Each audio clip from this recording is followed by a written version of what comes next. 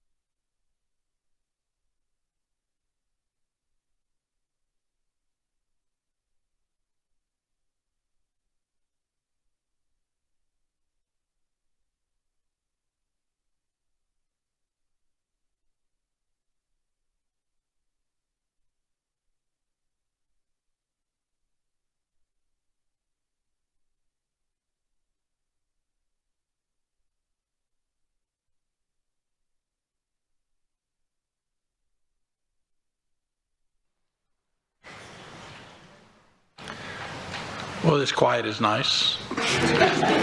We're still waiting for the go ahead from everybody's out of the lobby. Thank you all for coming tonight.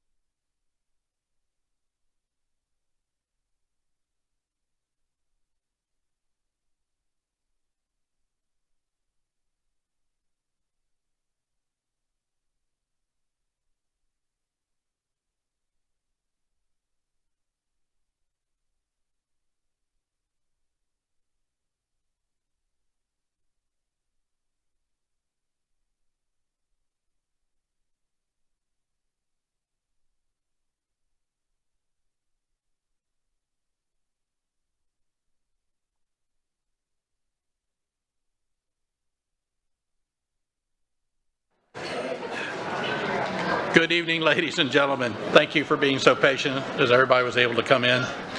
We are ready to begin this evening's board meeting. Sergeant at Arms, is lobby clear? Thank you. At this time, we request all electronic devices be turned off or put in silent mode. Also, we ask that you please refrain from using flash photography except during the special presentations portion of the meeting. It is my pleasure to welcome you to the May 9th, 2023 school board meeting. The time is 6:08 p.m. This meeting is called to order. Prior to the start of this evening's meeting, we have been enjoying music by students of the Harns Marsh Middle School. Maybe this crowd came here just to hear y'all about that. Middle school choir and orchestra programs. These students are under the direction of Candace Sunby. Harns Marsh Middle is heavily involved in the arts community, performing at events such as Wicked Walk and the Sounds of the Season. Please give these students another round of applause as they perform one more song.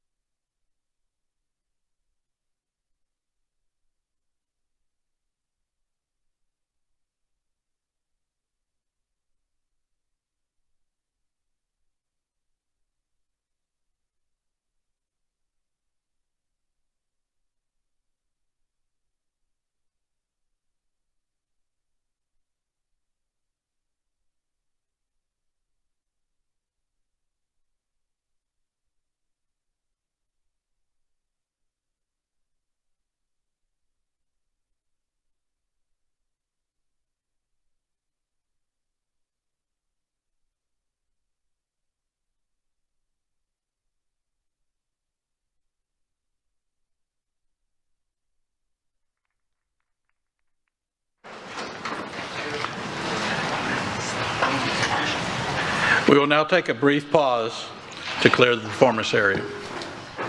Or you go.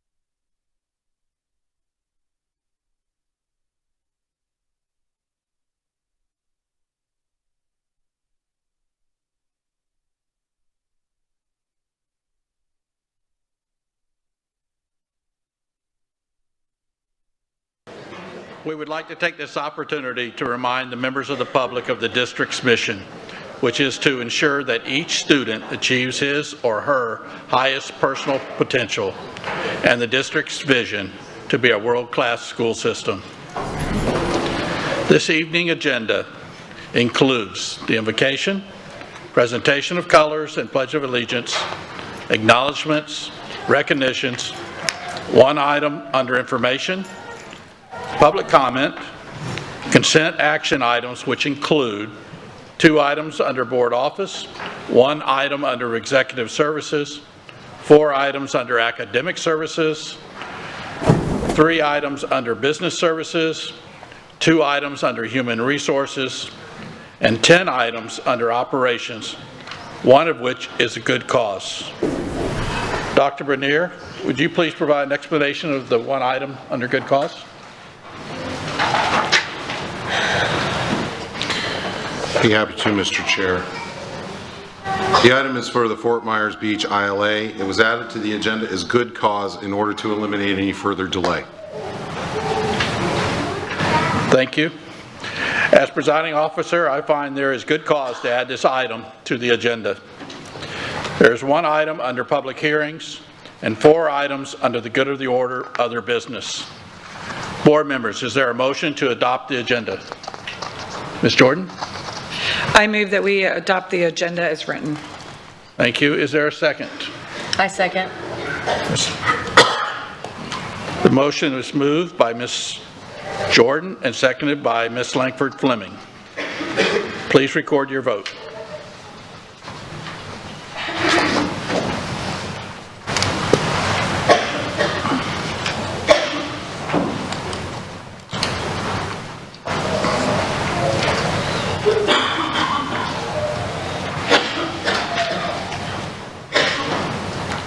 The motion carries 7-0. As is the custom of the board, Ms. Langford Fleming will lead us in the invocation, after which Ms. Morgan will lead us in the presentation of colors and the pledge of allegiance. Please stand.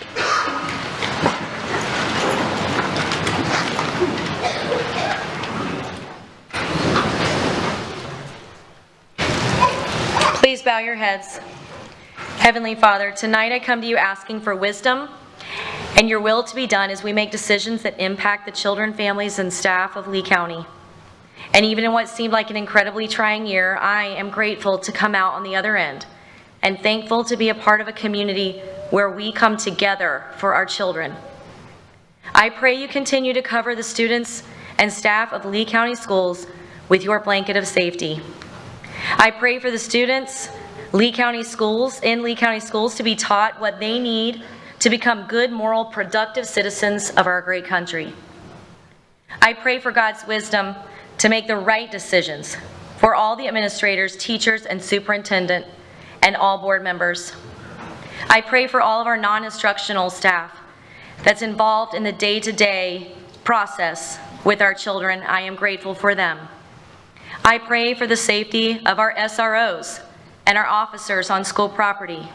I pray for safety in all of the classrooms, in our hallways, in the lunchrooms, on the buses, out on the athletic fields, and every place our students and staff might be. Please watch over us all as we leave tonight. Keep us safe. Bless our entire county, bless our beautiful state, and God bless this great country. Amen. Amen.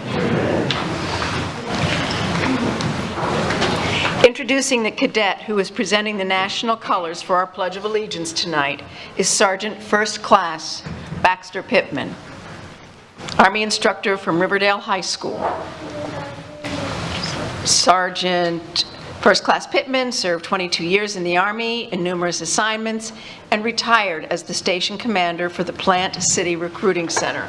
This is Sergeant First Class Pittman's 6th year as a JROTC instructor in the district.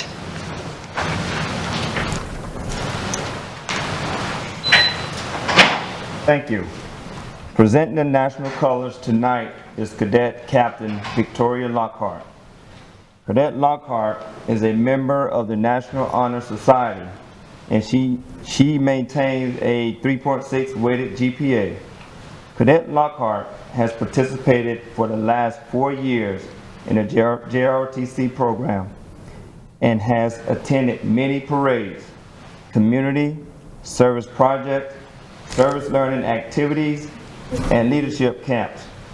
Cadet Lockhart is a Cadet S5 Public Affairs Officer, of the Riverdale High School JROTC. Cadet Lockhart is actively involved in JROTC drill, color guard, and robotics, and serves as the commander of the color guard team. Please join me in reciting the Pledge of Allegiance.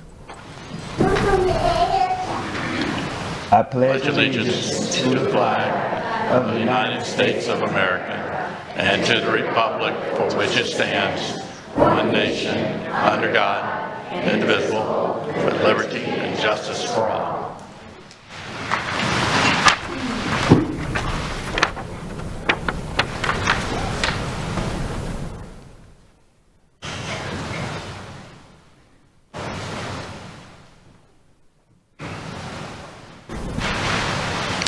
Thank you. Please be seated.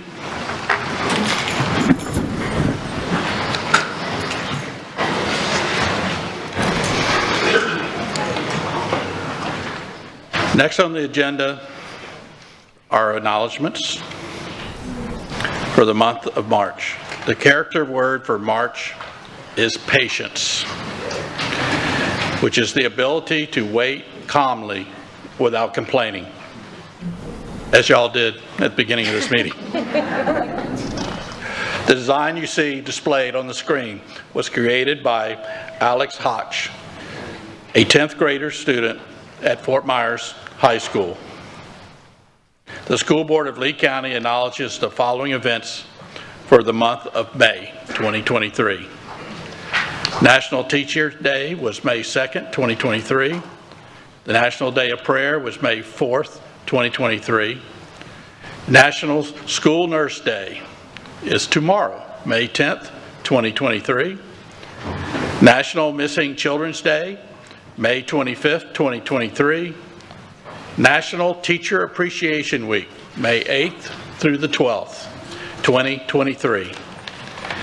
National Military Appreciation Month is May. Jewish American Heritage Month, and Asian Pacific American Heritage Month. We have recognitions tonight. We have the Florida School-Related Employee of the Year winner. We have the JROTC Program Accreditation recognitions. We have the 2022-23 Sunshine State Scholars, 2022 Invention Convention U.S. Nationals, and 2022 Global Invention Convention winner. We have the 68th Annual Florida State Science and Engineering Fair winners, the Florida Dance Performance Assessments recognition, and the 2023 Florida Odyssey of the Mind. Board members, if you will join me in the pit.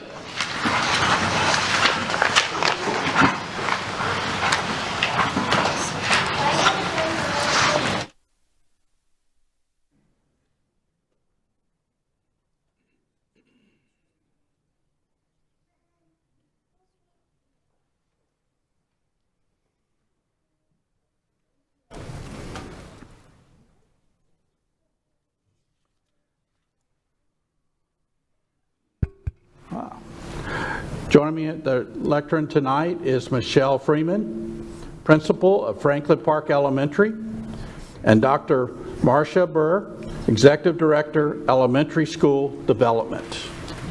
Y'all come on up.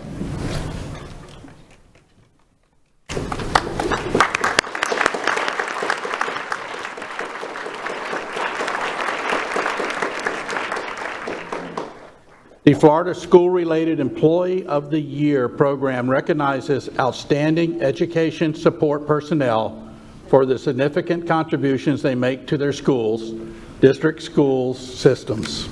The program honors 1 state representative and 4 finalists. In accordance with the section 1012.215 Florida statutes, the Bureau provides coordination and technical assistance in the nomination, selection, and recognition process. The Florida School-Related Employee of the Year winner was announced during a surprise school visit on April 19, 2023. This Florida School-Related Employee of the Year winner is often seen walking with an upset student, providing breaks for overstimulated students, encouraging young men to be gentlemen, or hosting small group reading interventions with students that require a few more repetitions to meet their goals. He is also an advisor for the Young Gentlemen's Club. In addition, he generally meets with 10 to 12 young men in the 3rd through 5th grade to enhance their ability to make wise decisions during difficult situations, establishing table manners and creating an understanding of the importance of volunteering in the community.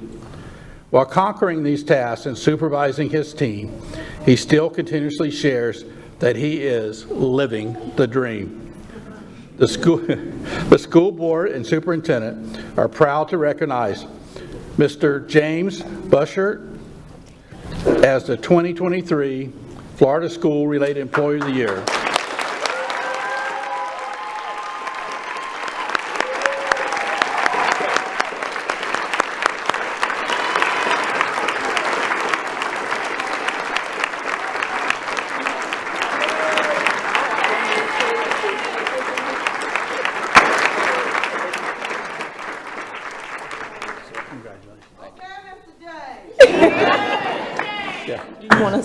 Yeah, go ahead. Mr. James currently serves as the building supervisor at Franklin Park Elementary.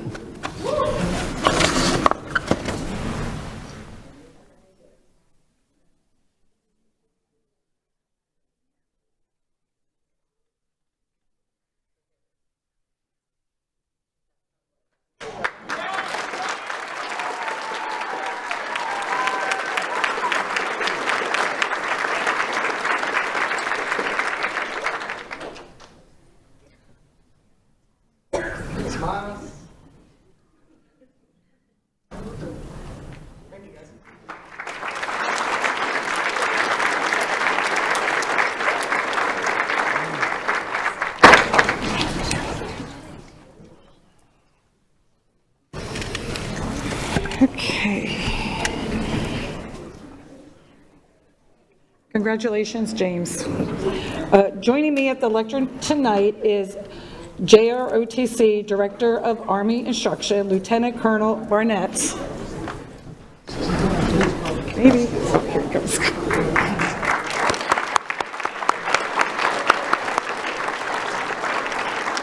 I told you to read it, but I don't know what. Okay. Okay.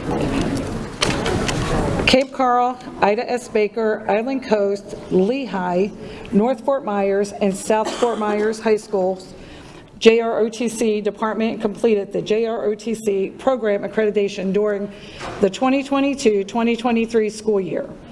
All units scored between 95 and 100%, earning the highest level honor unit with distinction. The accreditation score was based off of the following criteria. Service learning brief. Cadets were required to select a service learning project to discuss, plan, and implement. The cadets then presented their artifacts, process, and data outcomes in a formal presentation. 2, continuous improvement brief. Cadets were required to select an area of their program in which they believe needed improvement, discuss, plan, and implement the plan. The cadets then formally presented their artifacts, process, progress, and strategies moving forward and for continued improvements. 3, selected candidates from each level underwent a portfolio inspection on lessons content throughout the school year. 5, each instructor, there's no numbers here, I'm just numbering it. Each instructor also underwent a portfolio inspection. Evaluated platoon drill routine performed by the JROTC drill team. When your name is called, please come up to receive your certificate and join the board members and superintendent in the pit for photos. Tonight, we recognize the following high schools. Cape Coral High School, Lieutenant Colonel John Bleeler, and Brigade Commander Cadet Colonel Jessica Ratliff.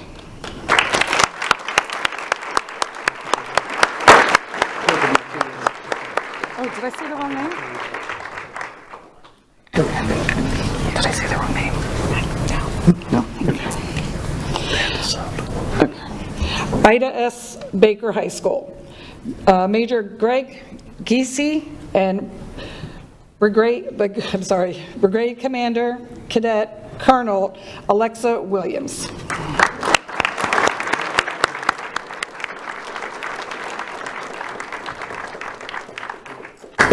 Island Coast High School.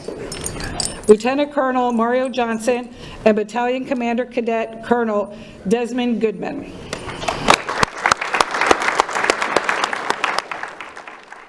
Lehigh Senior High School, Lieutenant Colonel Tim Walters and Brigade Commander Cadet Colonel Adam Hernandez.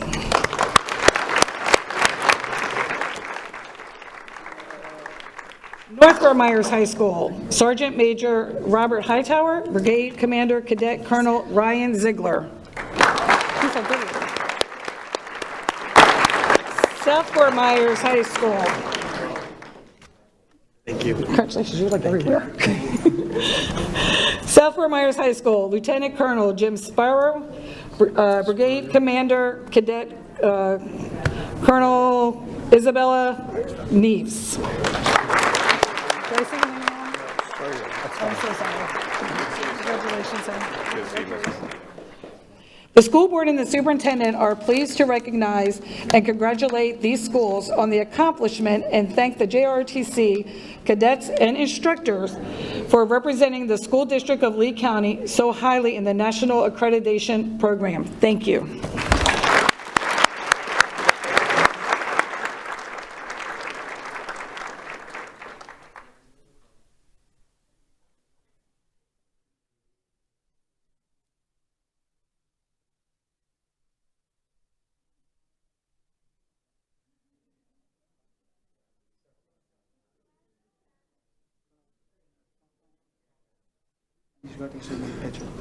Hold on one second.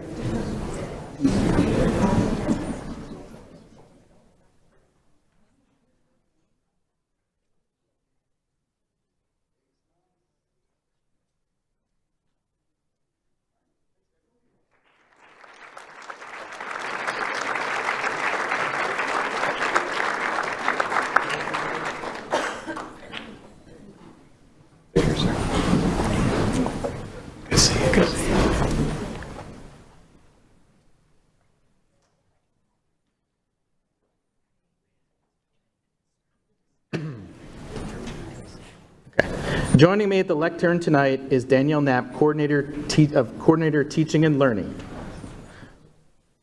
The Sunshine State Scholars Recognition Program for high school students began in 1997 to recognize excellence in mathematics and science. It has since evolved into a program designed to recognize Florida's top high school science, technology, engineering, and math STEM students and recruit them to pursue their post-secondary education in Florida.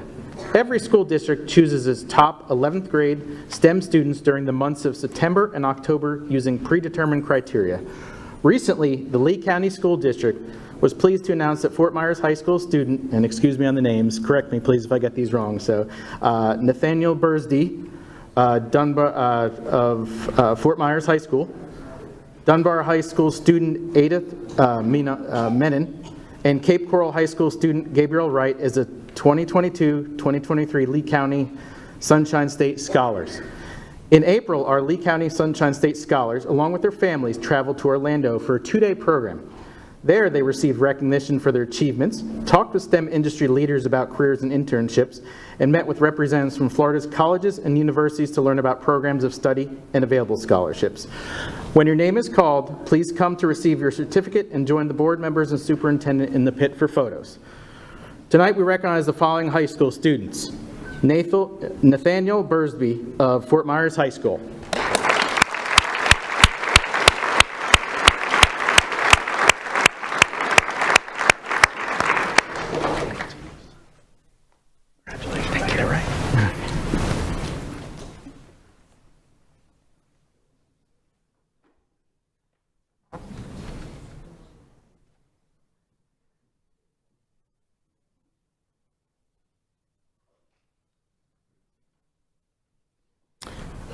Next up is Edith Menon of Dunbar High School.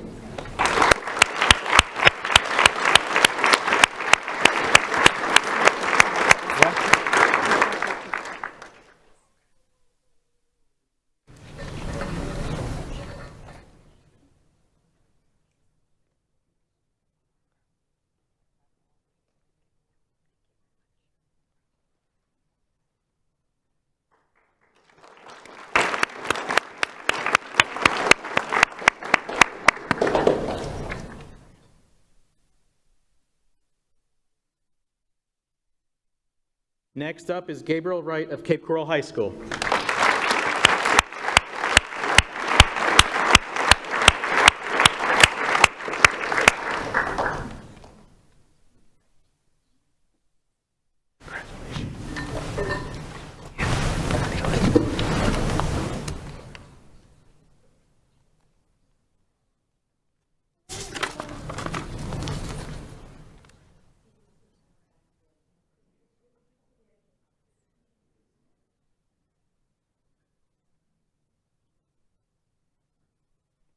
The school board and superintendent are pleased to recognize Nathaniel, Adveth, and Gabriel as this year's Lee County Sunshine State Scholars. We are proud of the accomplishments of these students and wish them the best in their future endeavors.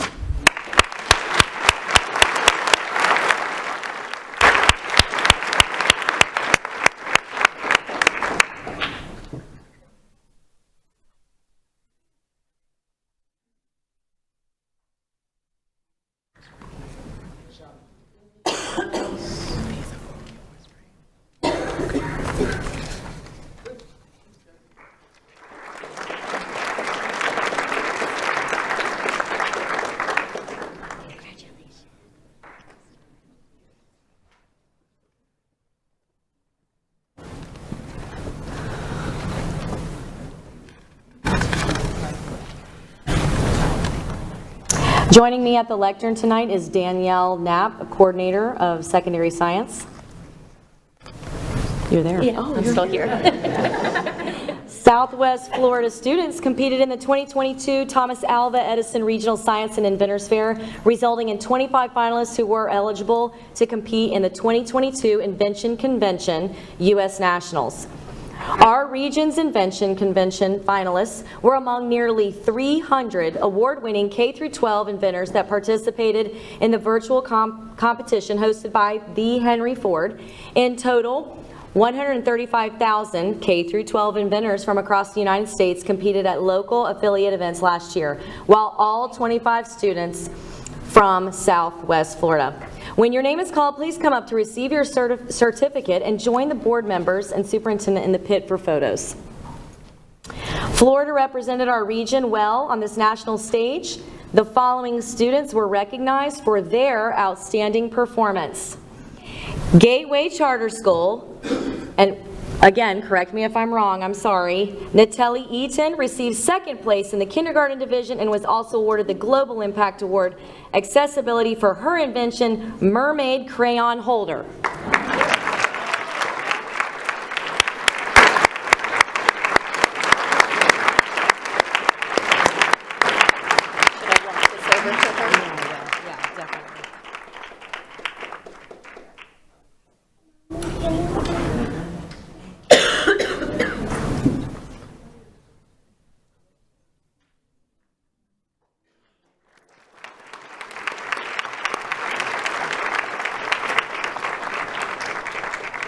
Dunbar High School, Nishini Fernando received first place in 8th grade division and was also awarded the Industry Innovation Award for their project, Energy Metamorphosis.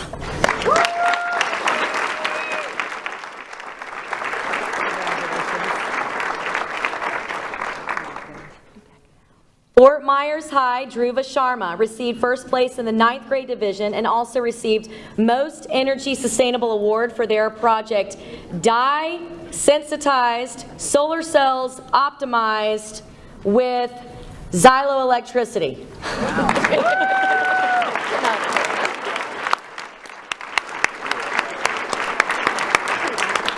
Wonderful job.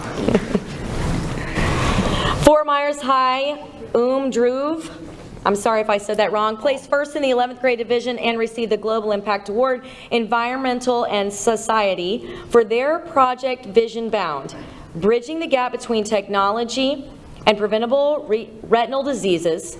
And Nicholas were also invited to the Invention Convention Globals and won second place in their category.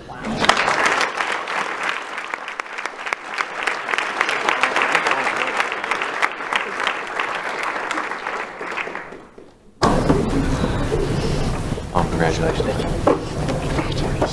Congratulations. Fort Myers High, Youssef Mushtaba, received the Patent Application Award for their Project Walk, an innovative smart sneaker using thermoelectricity.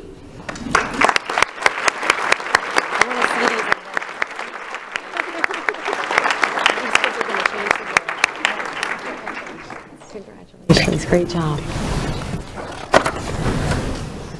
The school board and the superintendent are pleased to recognize Natali Nishina Druva Aum Youssef on their truly world-class STEM accomplishments and thank them for representing the school district of Lee County so well at these national and global competitions.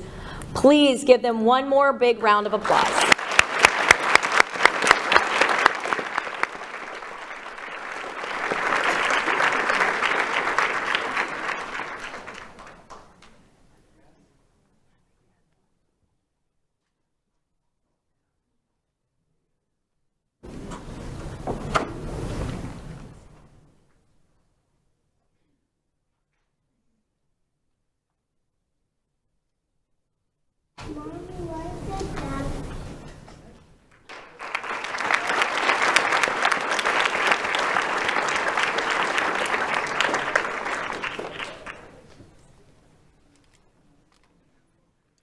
I will not call Danielle Knapp to the podium because she's maybe standing there permanently. Last one, though.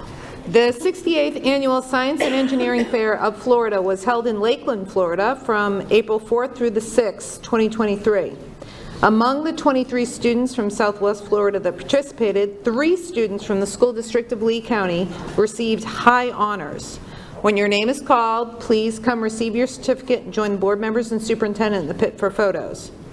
Dunbar High School, Advaith Menon, received a 3rd place category award for their project entitled, get this, Lesion GAN, a generative adversarial network-based image augmentation algorithm to improve CNN performance in lesion detection.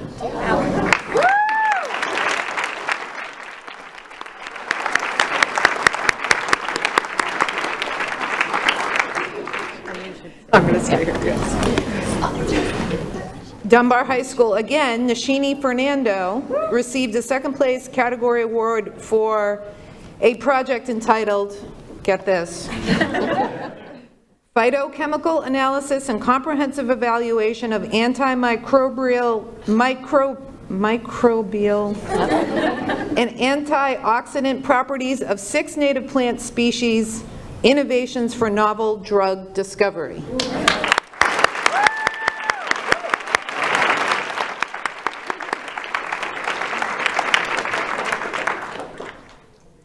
And finally, we have Cape Coral High School, Mason Huffman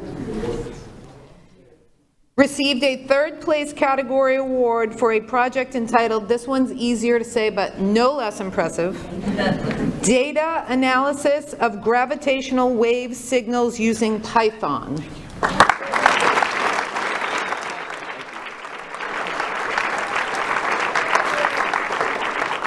Board members and superintendent are pleased to recognize and congratulate Advaith, Nashini, and Mason on their truly world-class STEM accomplishments and thank these students for representing the School District of Lee County so well at the state competition.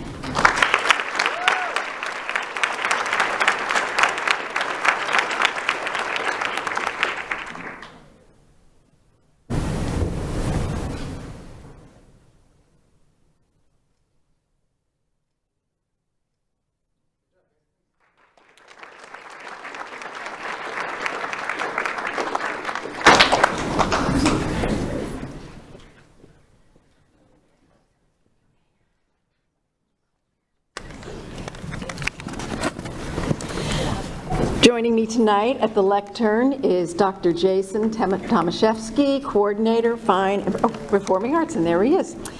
Each year, the Florida Dance Education Association holds its statewide dance performance assessment in Tampa.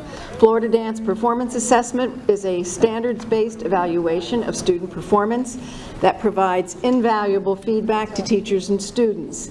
This past February, 45 of our outstanding dance students from Lee County schools competed at this state-recognized event. And I got to say, for anybody who went to the Musical Theater Awards ceremony, I'm sure some of these people participated in that, and it was an extraordinary evening. When your name is called, please come up and receive your certificate and join the board members and superintendent in the pit for photos. Tonight we recognize the following middle and high school all-state dance students from Cypress Lake High School: Principal Angela Rolls, teachers Nancy Burnham and Sarah Thornburg. Okay.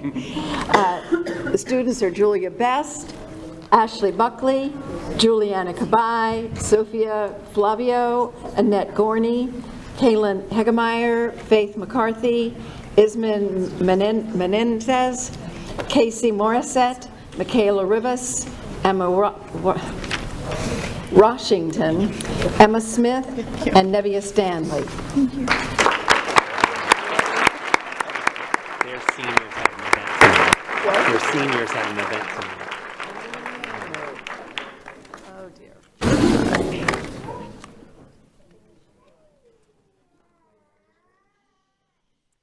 From Lehigh Senior High School, Principal Jackie Corey, teacher Lauren Gomez.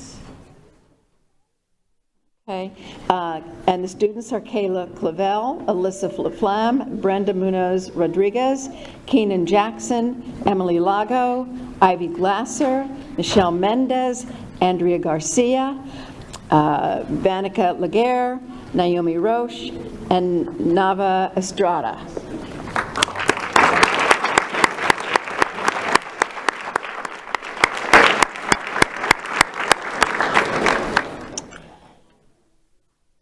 And finally, from North Fort Myers Academy for the Arts, Principal Andrea Guns, teacher Lori Maddle. The students are Yuli Ben Ovid, Riley Campbell, Kason Dobson, Ava Drury, Catherine Engel, Megan French, Marianne Fugger, Gabriella Sangiovanni, Allison Skokic, Carrington Slaybaugh, Skylar Sosi, and Madison Walter.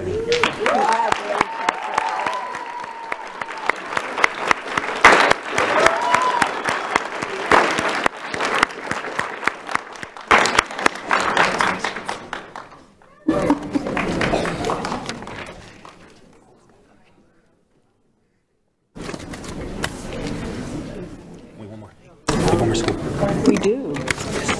Oh dear, not.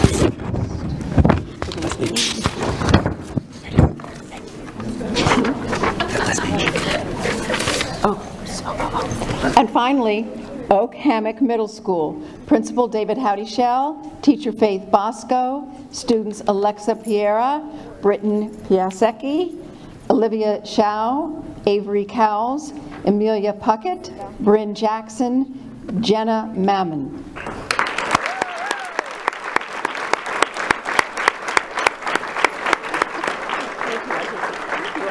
Turn the page.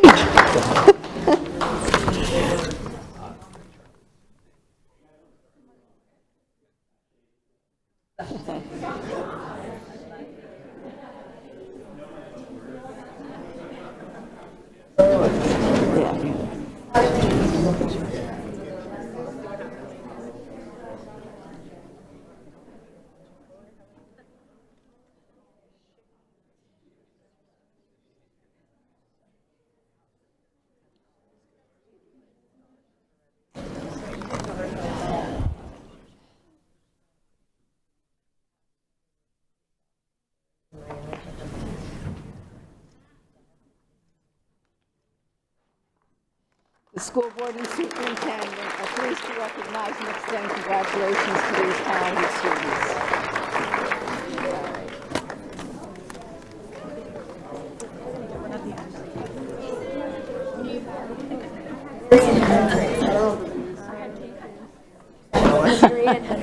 Oh, well, you can.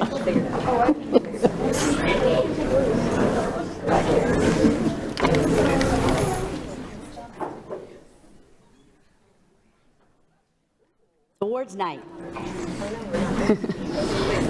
Joining me at the lectern, oh, wrong one. Yeah, that's right one. Sorry. Linda Mayer, Executive Director of School Development in Middle School. Linda Mayer here? Oh, thank you. Odyssey of the Mind is an international educational program that provides creative problem-solving opportunities for students from kindergarten through college. Team members apply their creativity to solve problems that range from building mechanical devices to presenting their own interpretation of literary classes. Students develop problem-solving, critical thinking, teamwork, math, language arts, science, writing, engineering, and performing arts skills. They then bring their solutions to competition on the local, state, and world level. This year, the World State competition was held on this year the Florida State competition was held on April 8, 23, at the Orange County Convention Center in Orlando, Florida. 5 teams placed the competition and qualified for Odyssey of the Mind World Finals at Michigan State University, May 24th through May 27th. Team IMAG, which includes current and former students at Allen Park Elementary School, Team IMAG finished first in the most dramatic problem ever, Division IB.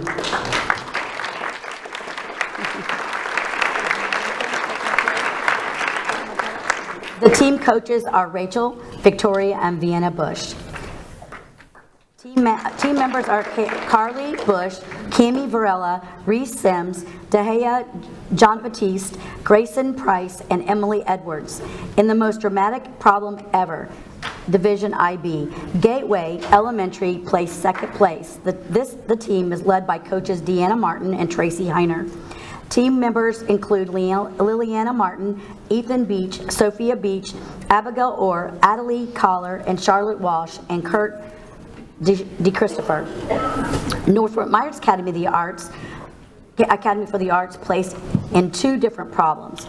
In Pirates and the Treasure Division 2, they placed first. The team who also qualified for Worlds last year is coached by Marianne Hodges and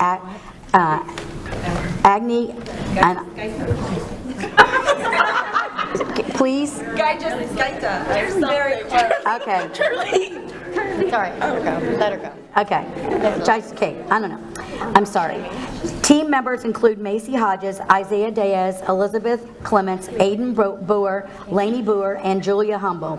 In where the Structure Division 2, they placed 3rd place. The team is coached by Janisha and Corey Cotherman. Team members include Maya Cotherman, Raina Cotherman, and Chloe Deeds, Bruno Bravo, and David Spencer. Mirror Lakes Elementary placed 3rd in the Classics.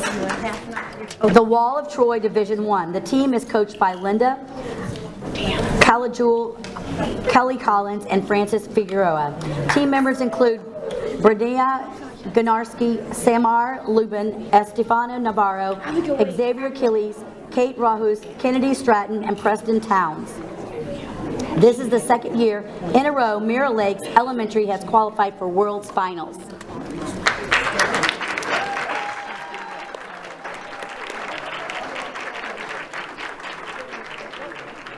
Tonight we recognize the following recipients, but however, they've all come up here, so I'm just going to finish off by the school board and the superintendent are pleased to recognize and extend congratulations to these gifted, talented students and coaches.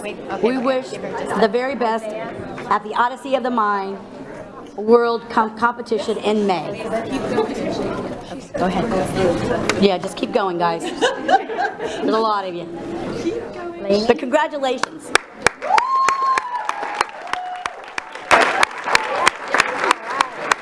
We're just coaches. These are just for the kids, right? Yeah. Maya? Maya? Raina? Thank you. Chloe? Trina? And David? You're welcome. And I am the coach. For Mirror Lakes. Mirror Lakes.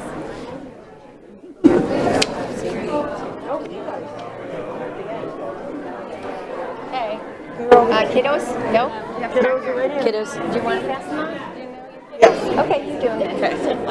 Brianna. It's easier. Brianna. Ah. There you go. So are. It's the same order of the shirt. Good job, guys, good job. Stefania? You're the problem. That's what he says in it. Kate, I don't know you. Kennedy. And last but not least, Mr. Preston. Again, the school board and superintendent are pleased to recognize and extend the congratulations to these gifted and talented students and coaches. We wish them the best at the Odyssey of the Mind World Competition in May.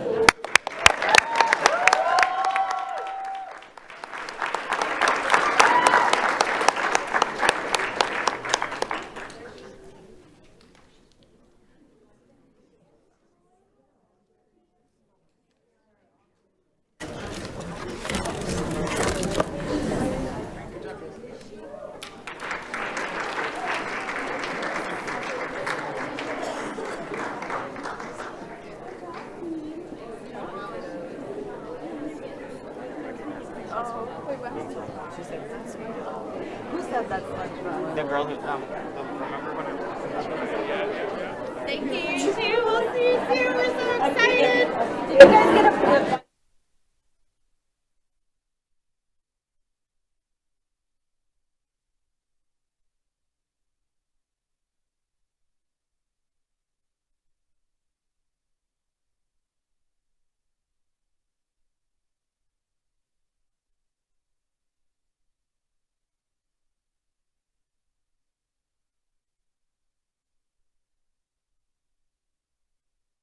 Still doesn't taste so good.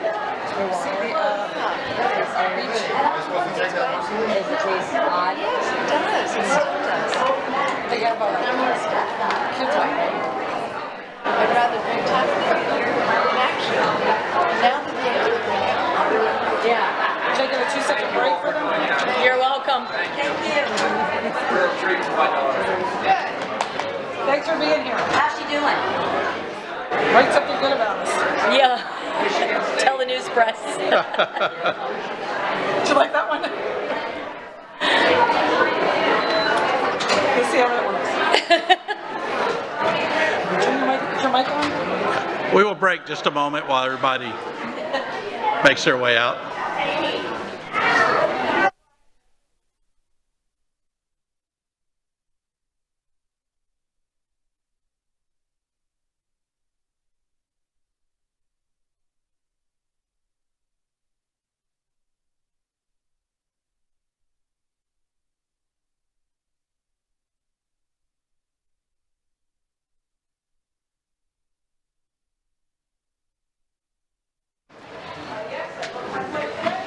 That was the most awards we've given out since I've been on the board. Yeah. That's great.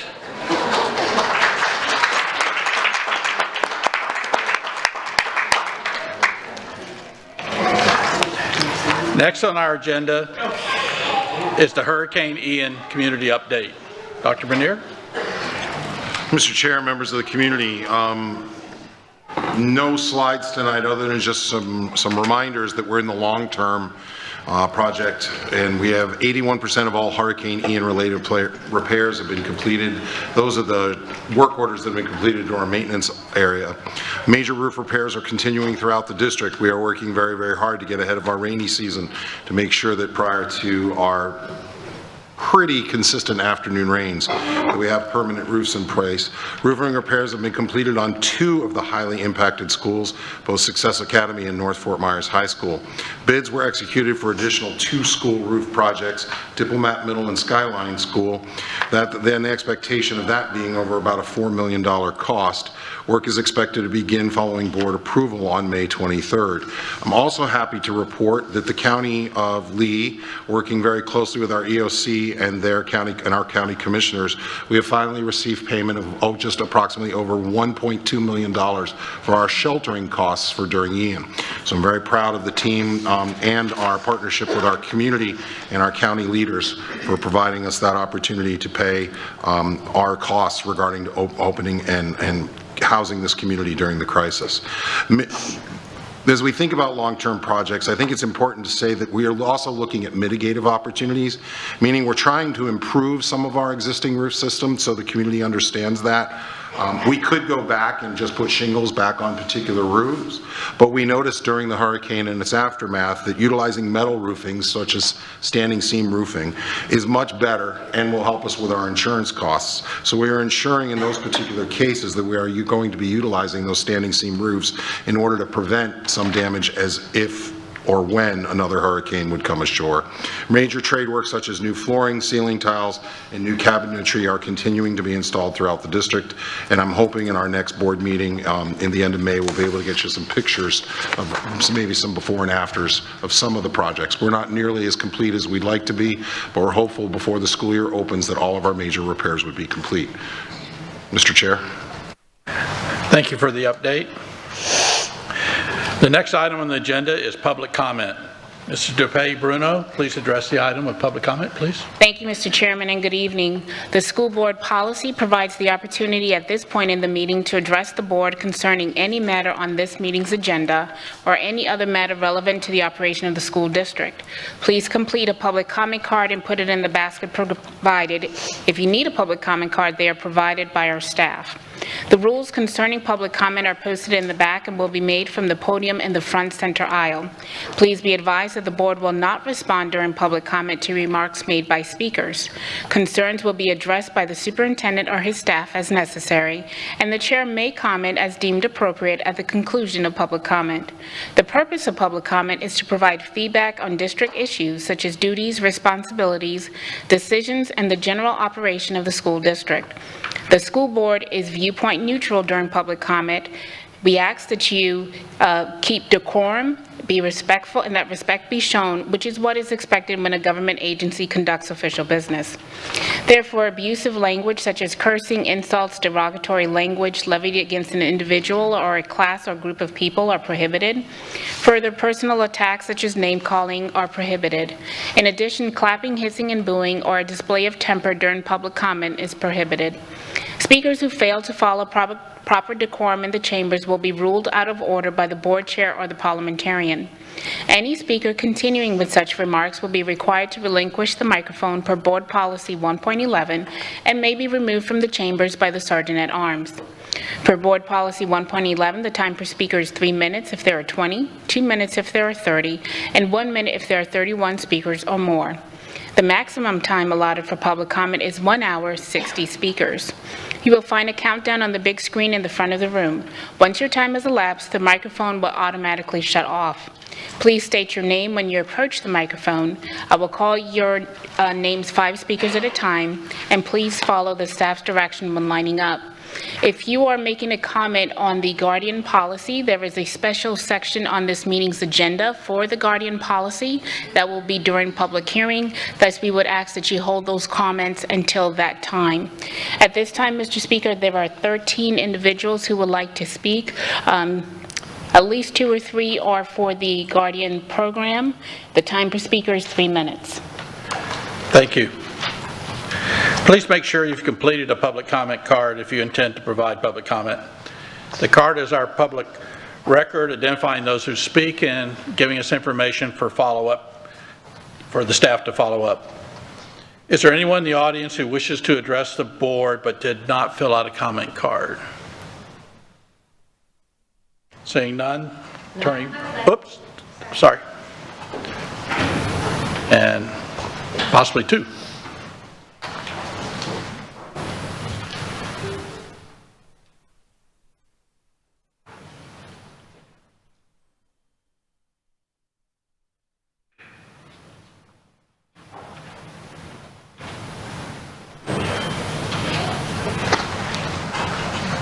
Okay, while they fill up their cards, Mr. DePay Bruno, if you'd like to proceed. Thank you very much. Again, we would remind you to please speak with regard to the Guardian policy during the public hearing that is designated for that time. Will the following individuals please line up? Tiffany Tyson, Sharon McGill, Jenny Tardif Paradiso, Robert Daniels, John Koss.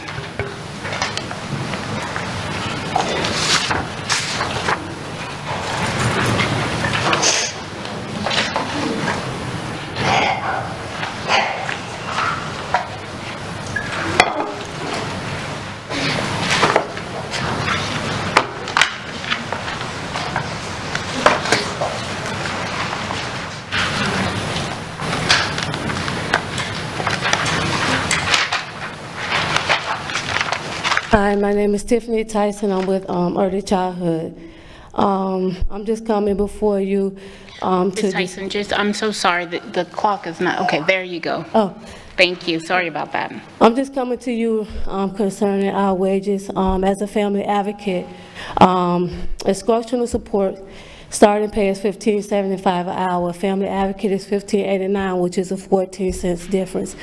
Family advocates has 10 times as much responsibilities. We have a caseload that ranges from 36 to 54 families that we have to complete home visits for twice a year. Sometimes, some exceptions, we have to go out more than that. We're taking applications and uploading them. We have, some have assigned bus duties, assist with parent drop-off and pick-up. We're subbing in classrooms. We're giving breaks. Sometimes we had to leave from our campus to go to a different location, from early childhood, for example, to Calusa to give breaks.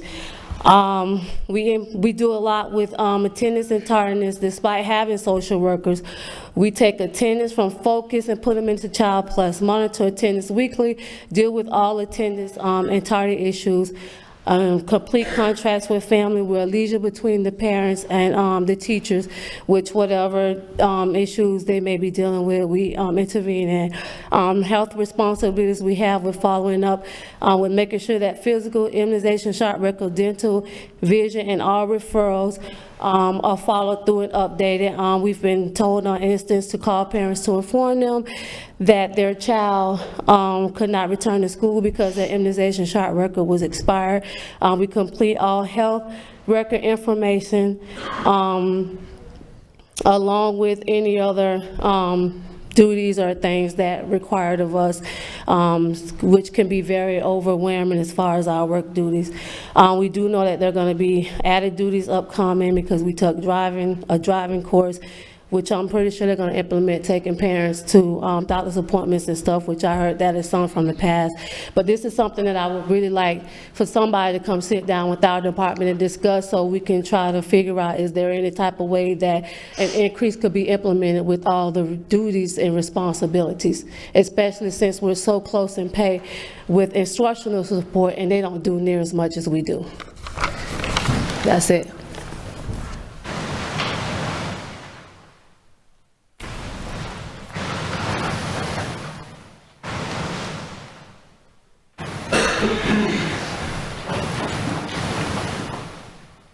Sharon McGill. Good evening, everyone. I would first like to say thank you to all of our teachers, whether they're in the classroom or virtual or in a different kind of setting, that we appreciate you. We respect your professionalism and your dedication and compassion to our children. The Fort Myers Beach School has not been economically viable for years. Now, why this was never brought to anybody's attention prior to now, I can't address. But it's a situation that's been going on for years. And now that the board and the district knows about it, and it's a difficult situation because of the circumstances that it happened in, they've been more than diligent in trying to come to some kind of conclusions to accommodate the school. That being said, after looking at the agreement, giving a 4-year window before anything is taken into consideration as far as canceling the ILA, I think is just extreme, because for the next several years, the school is still going to continue to cost the district money. I mean, it's going to lose close to $2 million over the next 2 years. Over the last 5 years, it's lost $5 million. And I'm not saying something shouldn't be done, because it should, but taking it out 4 years before any kind of agreement is really put to the test, I think it's an injustice to the tens of thousands of other kids in the district. And I mean, the Fort Myers Beach kids have been accommodated. They were all kept together. They all went to the same school. This district went out of their way to help them. Now, yeah, I know they're having to take a bus to school right now, but so do tens of thousands of other kids in the district take the bus to school every day. So I'm saying that it should not go on for 4 years. It should have been a 3-year maximum to test this out to see if it works. There's no reason it should go on for 4 years. With the density that they're proposing and the new resorts that they're saying these people are going to bring their kids in, a lot of these are going to be up and running within the next year. So there should be some knowledge of what's going to happen over there within that time frame. So I just think that should have been taken into consideration. And not saying it shouldn't be done, but that it's just too big of a window. Thank you.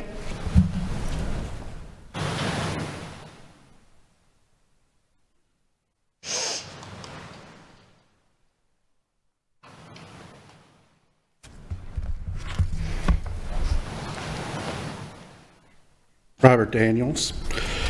Once more back here to talk about teacher pay. And I understand that you guys are hearing from everyone with their hands out. From the top to the bottom, everyone is looking for more money. And I completely understand that there's only so much to go around. But the teachers have been extremely patient. We were patient the year Irma came through. And the board then said, not this year, maybe next year, we've had extra expenses. We were patient when the new teachers got a 20% increase coming from the state level, and the veteran, tried, true, experienced teachers either received no raise and like, or in my case and a number of others, took a pay cut as the grant programs that we were getting money from were eliminated. We were patient through COVID and the nightmare the teachers were put through, virtual and regular school otherwise, with that experience. And I don't need to remind you of how many teachers chose to retire rather than endure that nonsense. The ones who are not so patient are the bill collectors in the county. The price of housing is up 73% for purchasing housing in the last 5 years. Rent, 33% in the last 5 years. Electric, 19%. Water, 8%. Car insurance in the county, a blanket 33%. Food costs, an average of 17%. Used cars, because let's face it, no teacher's buying a new one, 25 to 50%. Gas, 50%. Here's the incredible one, house insurance, anywhere between 50 to 300%. When I bought my house 5 years ago, I paid $1,200 a year. My last renewal was $3,900 a year. That's where all the bonus money you gave me this year went to. But there have been, again, the need for raises, not bonuses. And the results speak for themselves. Even with our recruitment fair that we just had, it was applauded as being very successful. When I looked on PeopleSoft today, oh man, was there still a lot of positions open. May have been more open after than before with those anticipated openings for next year. And when I look in the news, I see that now the state is looking at trying to force another teacher pay raise. That means at that point, if it goes to the state, you'll be competing with every other district for teachers that you could be ahead of the ball on, offering them more money to get them to relocate here. It's considered common practice with the banking industry that anyone should be making, shouldn't spend more than 33% of their income on housing. Well, for the average price of housing, your teachers would have to be bringing home $4,500 after taxes for that. Thank you. Will the following individuals please line up? Jim Atterholt, Patrick Vaness, Andrea Ciervo Canizares, Sebastian Canizares.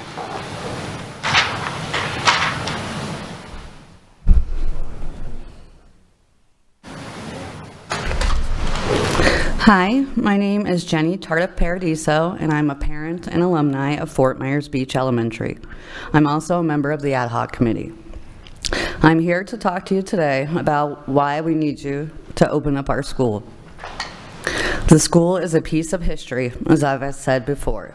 It was built in the 40s, survived on it in the 60s, helped launch kindergarten in the 70s, became a marine science center in the 90s, and now with your blessing, it will hopefully be transformed once more.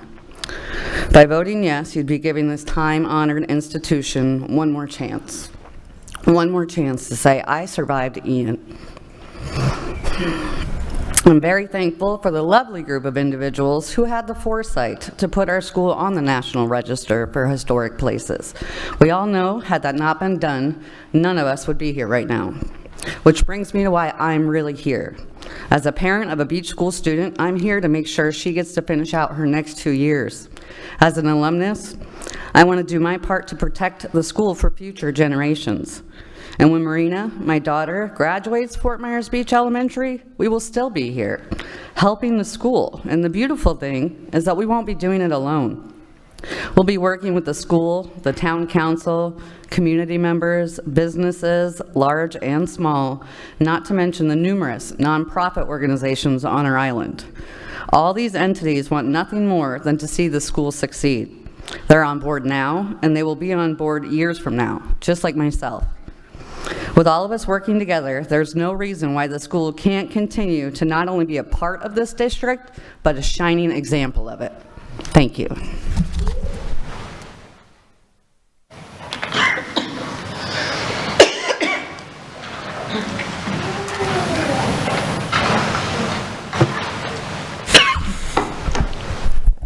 Hi, my name is John Koss. I'm a Fort Myers Beach parent, business owner, resident. September 28th is a day that was an end to a lot of things on our island. Hopefully not permanent end, a temporary end. We lost our homes, our businesses, our possessions. Some of my fellow residents unfortunately lost their lives. I can't explain to you the turmoil that's caused our life, that we are getting through. You have an ILA in front of you right now. That ILA came from a lot of hard work from your staff and from our people. I believe that ILA gives a great footprint for going forward. None of our resorts are going to be ready next year. Maybe one. 95% of our businesses, we need 4 years to get our kids to start building our enrollment on that island. I believe that your staff has worked pretty hard to cut our operational costs, so hopefully we're not a $2 million burden over the next couple years. You supporting that ILA and giving us a path forward is our real beginning. It's the start of us bringing our community back. A community cannot exist without a school. We've worked hard. I'm pleading with you. Please support the ILA and give our community a chance to get started, to really start recovering from this. I brought my son up here with me. His name is JC. He doesn't want to speak, but these are the kids that you're giving a real shot to, and we appreciate this. This isn't an end, it's a beginning. Our community has a lot of hard work in front of us. I'll remind you guys that Sanibel was in our same position 25 or 30 years ago. They had 50 kids. They were about to lose their school. They now had almost 200 kids before this storm. You're going to see the same thing happen on Fort Myers Beach. Thank you very much. Have a blessed day.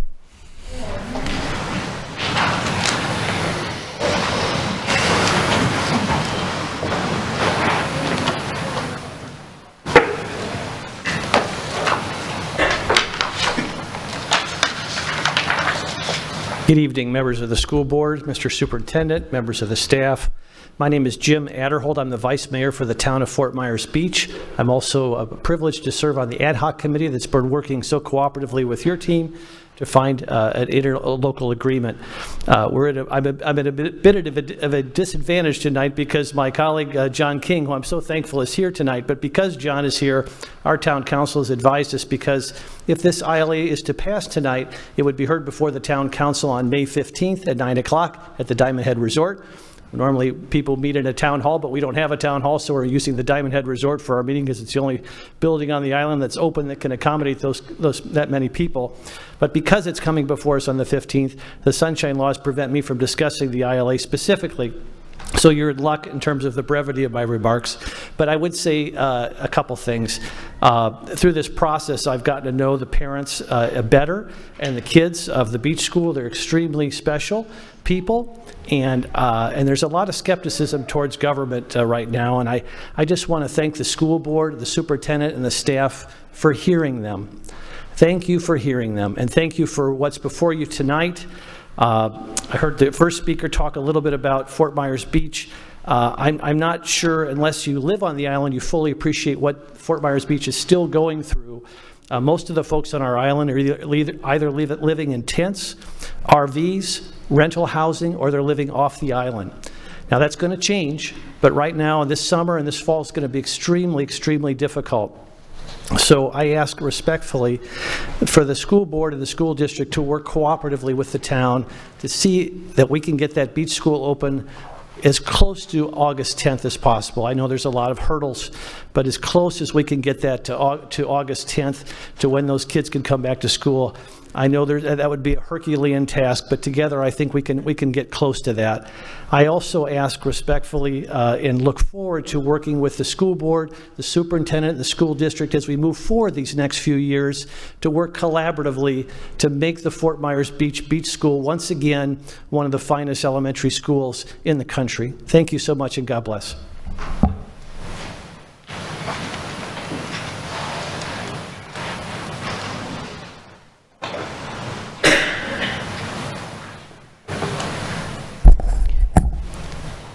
Good evening. My name is Patrick Vanass. I'm a proud parent of beach school children, one that's already moved on to the elementary school, and my son Jake over here. I'd like to thank you for bringing this item to a vote this evening. To reiterate some of the previous comments that we've had, the ad hoc committee, the town, the parents, the teachers, and the overall community stand united in support of option B. We believe that it's a favorable option that reopens our beloved school and gets our children back on the island in the fall. A vote for option B will bring resolution to 8 months of uncertainty, anxiety, and will bring comfort to families and to the entire community who's working very diligently in rebuilding their homes and rebuilding the island community. We understand that as this chapter closes, a new one will begin. We are committed to working very closely with the district and to continue building collaboration and trust, and to find long-term sustainable solutions for the beach school. Again, as Vice Mayor Adderholt touched upon, I think that unless you live on Fort Myers Beach or have been there to see the devastation, you don't have a full appreciation of what this community is going through, nor do you understand how important this beach school is to the community. We have a lot of people here this evening. I don't think everybody's going to speak, but if you may, I'd just like to ask them to stand up and to see that they are all here in support of option B and the beach school. Thank you for your time. Thank you for your assistance and your staff in working with us, and we look forward to a favorable vote before the end of the meeting. Thank you. Will the following individuals please line up? Elijah Cruz, Sergio Cruz, Linda Merlo, Lucas Rogers, Angeli Vasquez.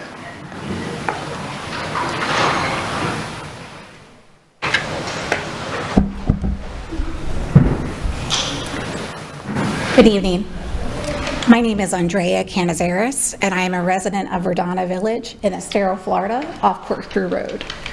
I am here before you today because up until today, our bus stop was located on Corkscrew Road at the residence entrance, which was very unsafe. There was no place for the parents to park, for the children to have their bikes, and for the children to safely stand, as it was on a busy road.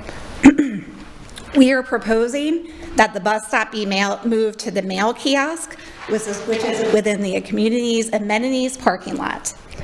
The address for that being 20074 Verdana Village Boulevard in Estero. I have sent you all numerous documents to include an engineer report as it relates to the old bus stop, the Publix parking lot bus stop, as well as the bus stop that we are proposing at the mail kiosk. In addition, I sent you a letter from the Camerata family that offers their support for the mail kiosk, as well as a map of the mail kiosk bus stop.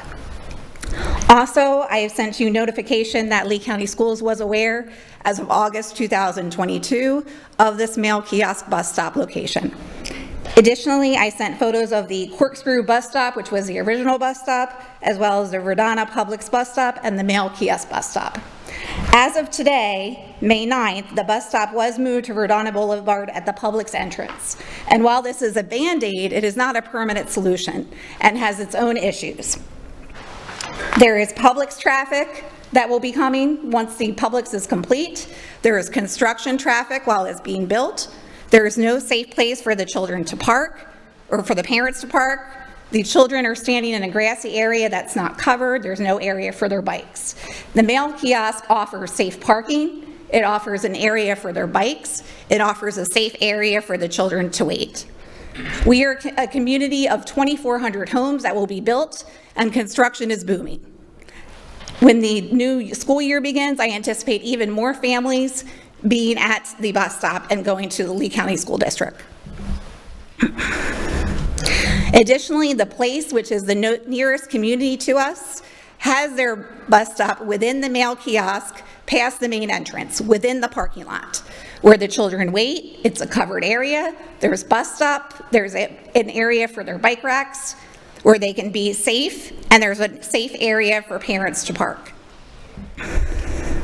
Additionally, Stony Brook, the Bellaterra, the Preserve, all have sites within their community, and we are asking for the bus stop to be moved at the mail kiosk. I do have the copy of the engineer report that I'm asking to be part of the record. May I approach?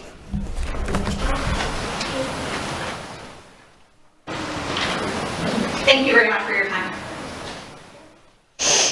Next speaker, please.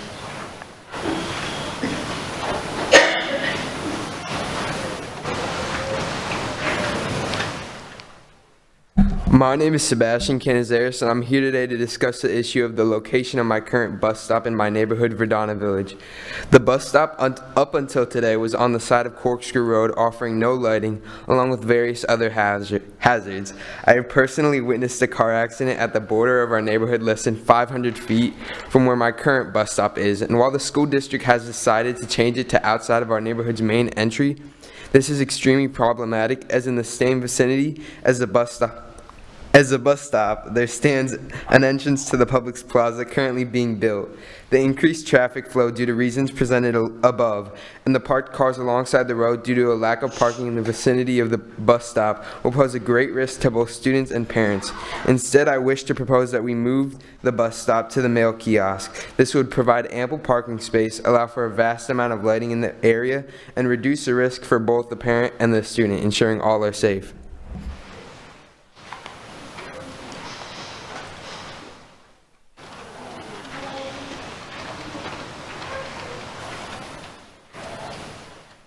Good evening. I'm Linda Murillo. I've been a teacher for more than 20 years. I'm a licensed public English teacher. I've worked in public high schools for more than 15 years.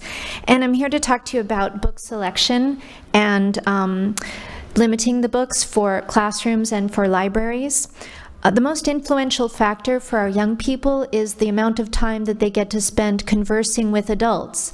And that's why dinner time without electronic screens is so important. And that's why our after-school programs are so important. And our coaches and mentors are so important to the kids.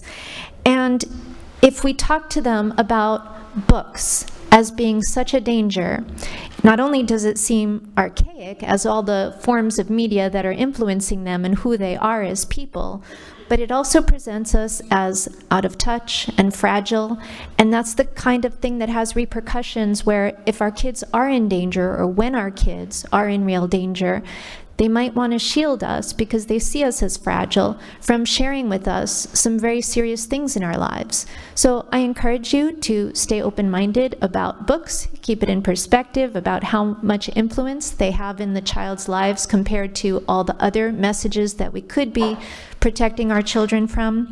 And I'm a great lover of books. I know that they are influential, but I hope that they stay part of our free access to a child's growth. Thank you.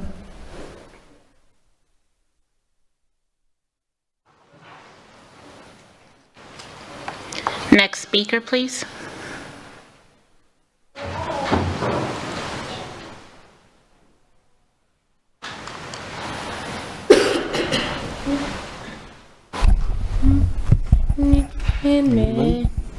English. Hello, my name is Elijah Cruz. I need help. Mr. Chairman, pursuant to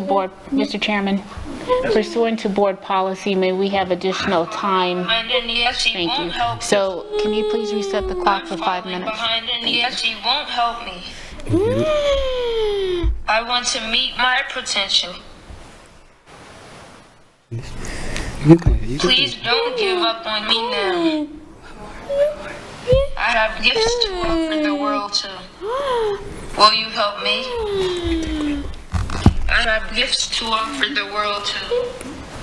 Will you help me? Good evening. My name is Sergio Cruz, and my son attends Oak Middle School. He's in 7th grade. He's in an ESC self-contained classroom. Apologize, I didn't have my notes up. I wish Elijah could have more time to tell you about his experience in the Lee County School District. He would tell you how he has spent his entire educational journey in a self-contained ESC classroom with little to no meaningful interaction with non-disabled peers as afforded by the IDEA Act, ADA Act, and numerous best practices of inclusion. He would tell you how his pinky was amputated by a door in his classroom while not having adequate safety measures or personnel in place. Within days, there was a lock installed on those doors to prevent this to happen again. However, flash forward to his current school, where multiple children were required the locks due to elopement or other safety measures. The district is treating it like a Manhattan Project. Something that should have been taken care of months ago, if not longer, still has yet to be executed at a school where one of the 3 school improvement priorities is school safety, a school which seems to be plagued with safety issues. Elijah will tell you how he's falling behind and has been falling behind for years, with the district having an attitude of indifference. I have voiced these concerns for years with emphasis on inappropriate curriculum and denial of FAPE, unqualified paraprofessionals as his instructional one-on-one aid, and inconsistent, deceptive, and overstated present levels and grades. Like many students with IEPs during the pandemic, Elijah was left with little to no education for a significant amount of time. He didn't even have a virtual teacher for much of the pandemic, didn't receive any of his already established services and therapies written in his IEP. He didn't receive necessary evaluations and assessments as afforded by law. During this time, the state and the federal government pre-approved compensatory services in recognition of this epidemic, recognizing that the pandemic had created certain situations unprepared for.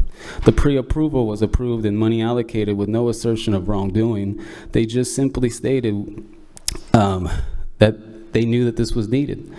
When we tried to access these funds, we were side-roaded, deceived, and ultimately denied access. These services could have went towards much-needed services, therapies, and innovative assistive technology resources. We have continued to ask the district to be more proactive and less reactive. There was no district-wide program involving students with disabilities. The district and even my son's school boast of the prestigious programs like AVID, Microsoft, Automotive, etc., yet nothing for students like Elijah.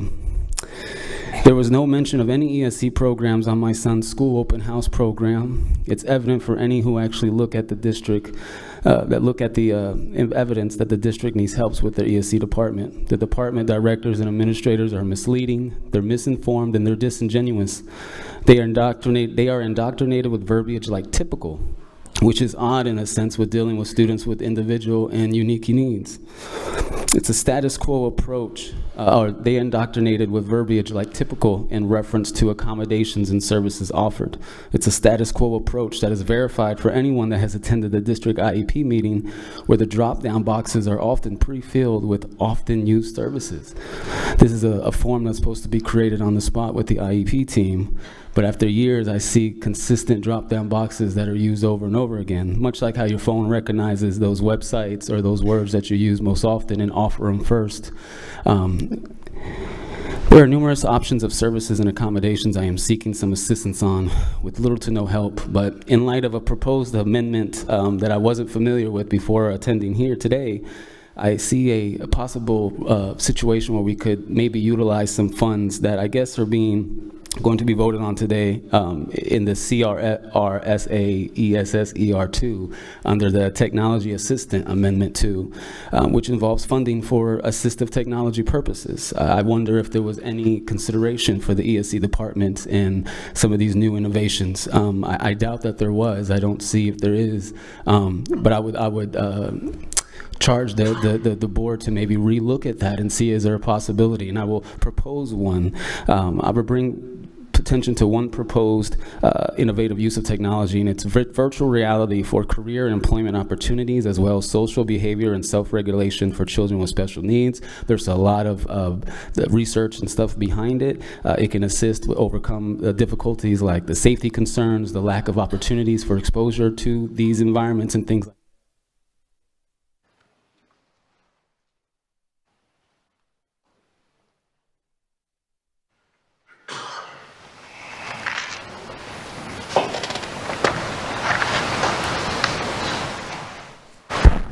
Hello.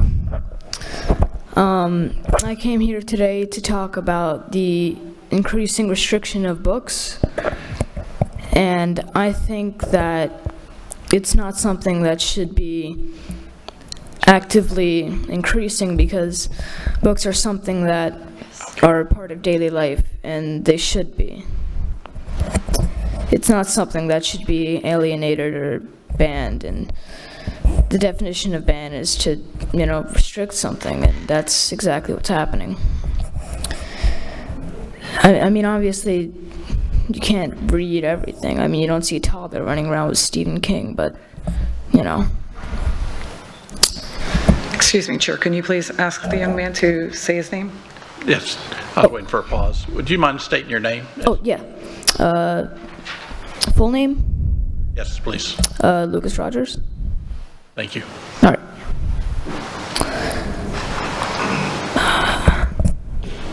Okay. So it's a part of daily life, and it always has been, and seeing that decrease is not something that I would enjoy to see in my lifetime. Just keeping books available for other children is something that is a cause that is very dear to me. So it's pretty much all I want to say. Thank you.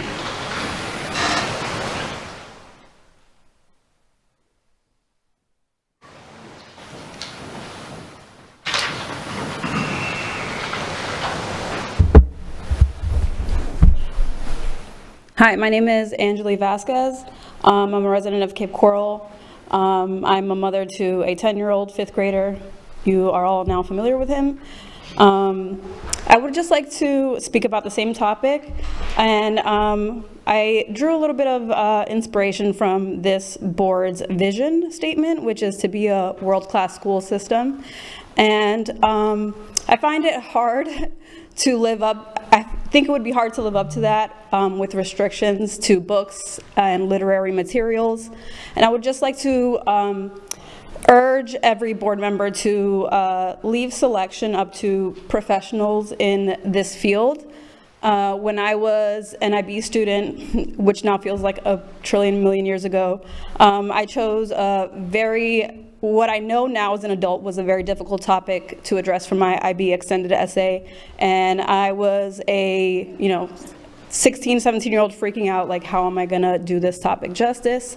And I had the help of a librarian, a media specialist, and I left the library with a stack of books, a wealth of information on a very specific topic that has given me knowledge past that time. I got my extra points for my IB diploma, but also I have knowledge for the rest of my life.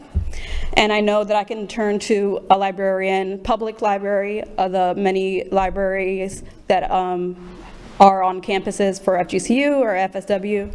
And I know that Lucas, my son, can go to his librarian and say, hey, I'm looking for this, that, or the other. I was at his school for an curriculum night, and it was pouring down rain, and we were rushed into the library to escape the rain, thankfully. And I was looking for books in his grade level. The library in his school was one of the things that made me sign him up for that school in particular, and there was a dearth of books that he could read that were at his level. And we've been to these meetings a couple of times, and everybody always thinks that he is, you know, like a doll, or, you know, he's so smart, so well-spoken. He is not the only kid that thinks or speaks or has a vocabulary at this level, and children need access to these types of materials to continue to grow, and in a way that fits them and not what we think that they are able to do. And before I close out, I was unaware that the Fort Myers Beach community was going to be here, so I would just like to voice my support for them. When I was in school, I had peers and friends that were from Fort Myers Beach, and they were some of the most intelligent and unique and friendly, and just a pleasure to be around, and I remember them fondly.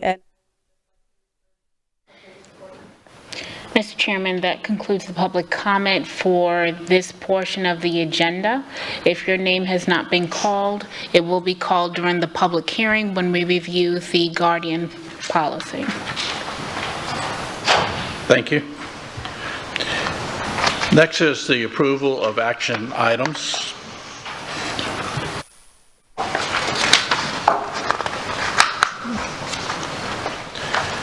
The documentation for action items listed under consent is made available to board members 7 business days prior to the board meeting. We are expected to review all the material, and we have an opportunity to speak with the superintendent with any questions we may have regarding the recommendations. Some of these items have also been briefed or workshopped with the board in advance of appearing on the action agenda. Board members, are there any agenda items you wish to pull? Mr. Fisher? Yes, Chair. Item L10, Fort Myers Beach, merely for discussion. Thank you. Mrs. Giovanelli? I have none, thank you. Ms. Trika? No, thank you. Ms. Jordan? Ms. Langford Fleming? I have none. Ms. Morgan? And I have none. And I have none. There is a motion to approve the agenda's consent items with the exception of the pulled item L10. Do I have a motion? Second. Okay, Ms. Jordan. I move to accept the motion with the exception of L10. Thank you. And I second that. Thank you, Mrs. Giovanelli. Please record your vote.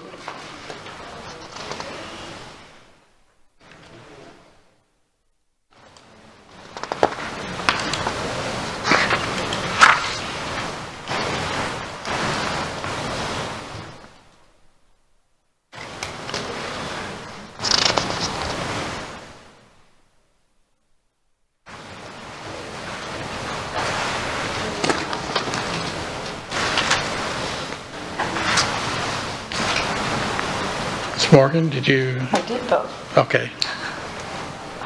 There it is. Thank you. The motion carries 7-0 to approve the consent items with the exception of L10. Dr. Manier, would you please read your recommendation for the pulled item?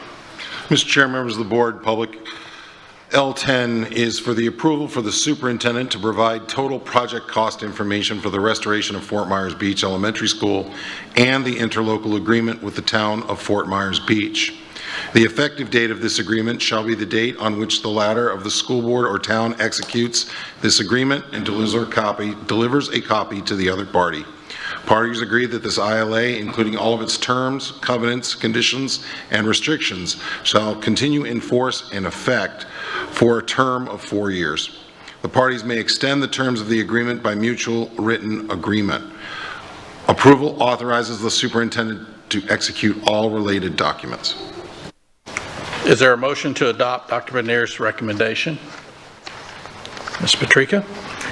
I move that we adopt Dr. Bernier's recommendation with regard to the restoration and the ILA for Fort Myers Beach Elementary. Is there a second? I'll second. Ms. Jordan? Okay, is there any discussion? Mr. Fisher?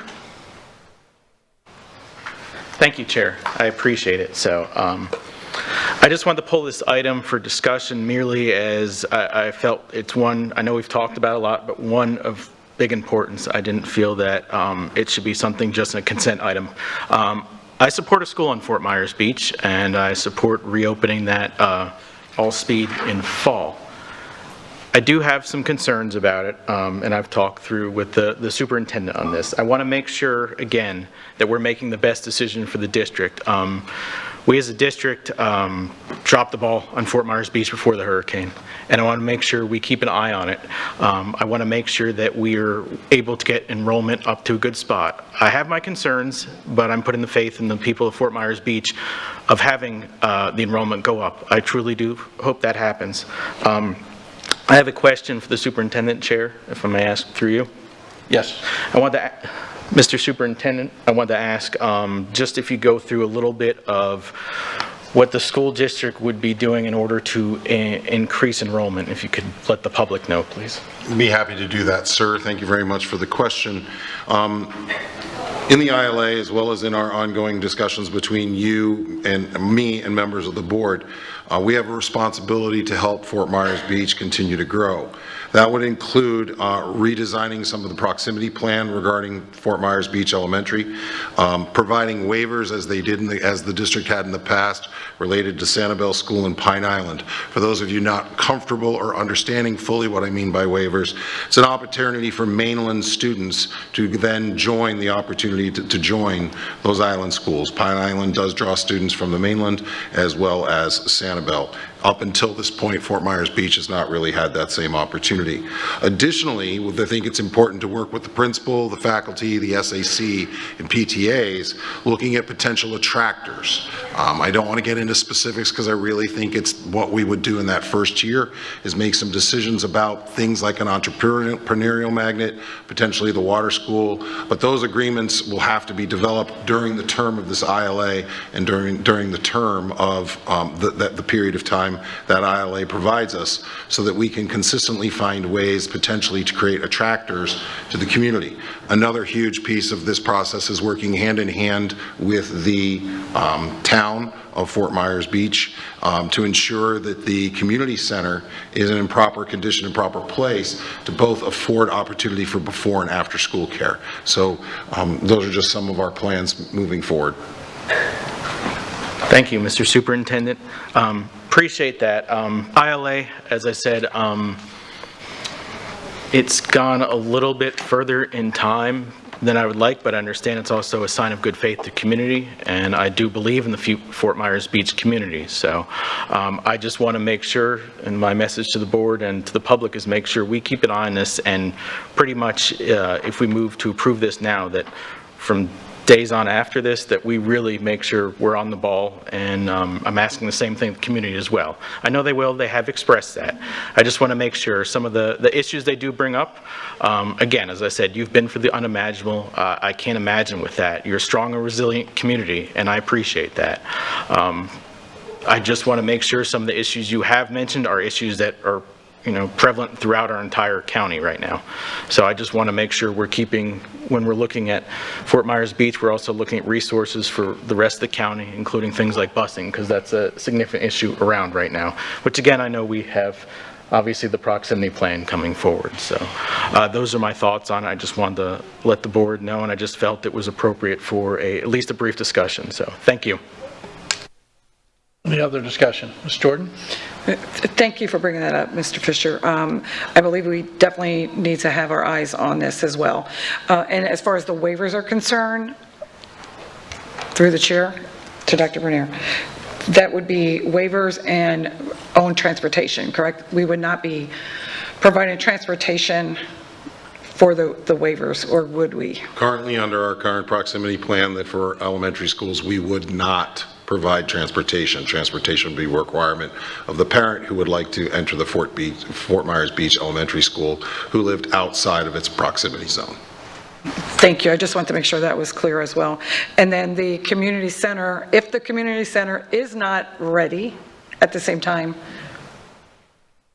then what? You're asking me a hypothetical. I know the plan is to work just like we did at Sanibel with the town of Fort Myers Beach and make sure that we work hand in hand to create a consistent opening date where both facilities will be ready in order to support not only the children before and after school, but the family's needs related to both before and after school care. It is an integral part of that community. The town has said they are going to work in diligence with us to get both buildings ready at the same time.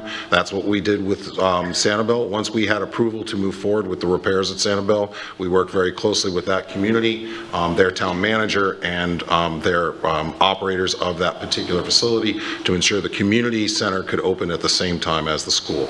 So that would be our plan, ma'am. Thank you. Thank you. Any other discussion? So, yeah, I just want to say to the community that you are amazing. You have, it hasn't always appeared on the surface that you've been a priority. And certainly, as you go across the county, I think that Mr. Koss made a good point of this tonight. As you go across the county, you don't necessarily appreciate the devastation that continues to exist on the beach. And devastation really is the appropriate word, because people who have not been to the beach at all, but are going there now, like this week, can't believe how bad it is right now, never mind what it was 6 months ago. So, patience means waiting without complaining. We asked you for patience from the very beginning, and I believe that we've gotten that. I found myself in very unfamiliar territory in working with you. I went into the decision-making on this project believing that it was inappropriate to rebuild the school because of the numbers. And then we had that first town hall meeting. And the unfamiliar territory I was in was an emotional place because you all came at me with emotion. And what I realized was that your community needs an opportunity to have a school. Your community needs an opportunity to grow the school and make it work. And I've said all along, 3 to 5 years. I believe 4 years is a perfect compromise right in the middle there. So I believe we're doing our part. And so now the ball is in both of our courts. I've heard a lot about, 501c3s and charitable organizations and the town helping and the school building enrollment. It's time to pony up there now because the agreement's in place. So over the next 3 to 4 years, we have to see that stuff come to fruition, or like Mr. Fisher said, we're going to have to make a tough decision. So I appreciate your engagement. The other person that needs to be recognized in this discussion is Jackie Lezak, the president of your chamber. If it wasn't for her, I don't think I would have been engaged at all. She called me and invited me out to the island and said, Chris, we've got to get started working here. And she put me in touch with Mr. Koss. So just thank you for your patience and go Fort Myers Beach. Yeah, Ms. Giovanelli. Thank you. I just wanted to say that I'm grateful that you've been so patient, Fort Myers Beach. I look forward to partnering with you and getting your school numbers back, and I'm willing to help any way we can. I would agree with Ms. Patrica. 4 years but I think it is a good, happy compromise, and it's going to be work on all of our parts because we didn't just get here overnight. It wasn't just the hurricane that got us here. So, and we have to take some ownership, and that's what we're doing as a board, taking that ownership now. But we're going to be asking for your help to really increase your numbers. So we look forward to your ideas, and let's get to work. Thank you. I would just like to say, because I actually have a story where my granddaughter, and son, they were living on the beach, and she went to the school. She's now going to be going into high school, so it was several years ago. But then they moved off the island into the Iona area. But because she was already going there through a lot of hoops, they got a waiver. And it worked out great. They had a great before and after school program, and she got an excellent education. So I think that's probably the best way to move forward, and I really think that if we all do what we can for them and the community does that. So I encourage any employees that have children to consider that, and any employers to consider paying for their employees to have the before and after school care. Seeing no other discussion, we'll have a roll call vote. This will be a roll call, so if you'll say yay or nay. Mr. Fisher? Aye. Yay. Yes, please. Ms. Jordan? Aye. Ms. Langford-Fleming? Aye. Ms. Morgan? Yay. And I am a yay. The motion carries 7-0.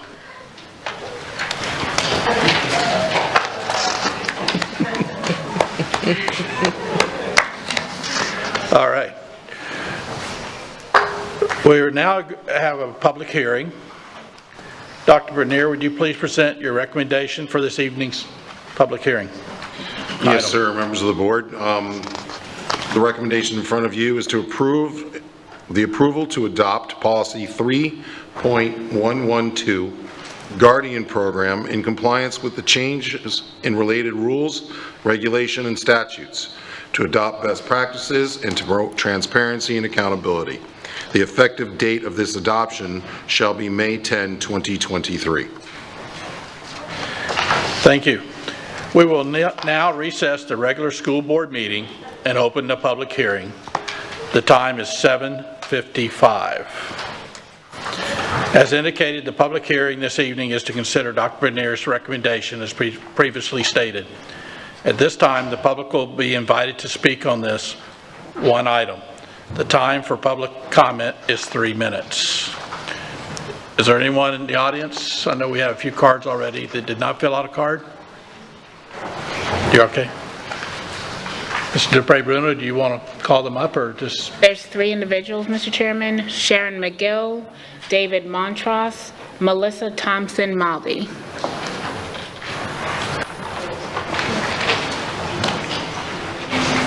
And if you want to speak, go ahead and just line up as well.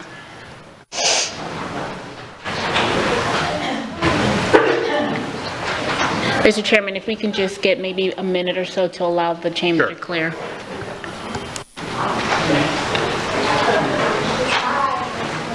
We're going to wait for some people to exit, so you're not interrupted there.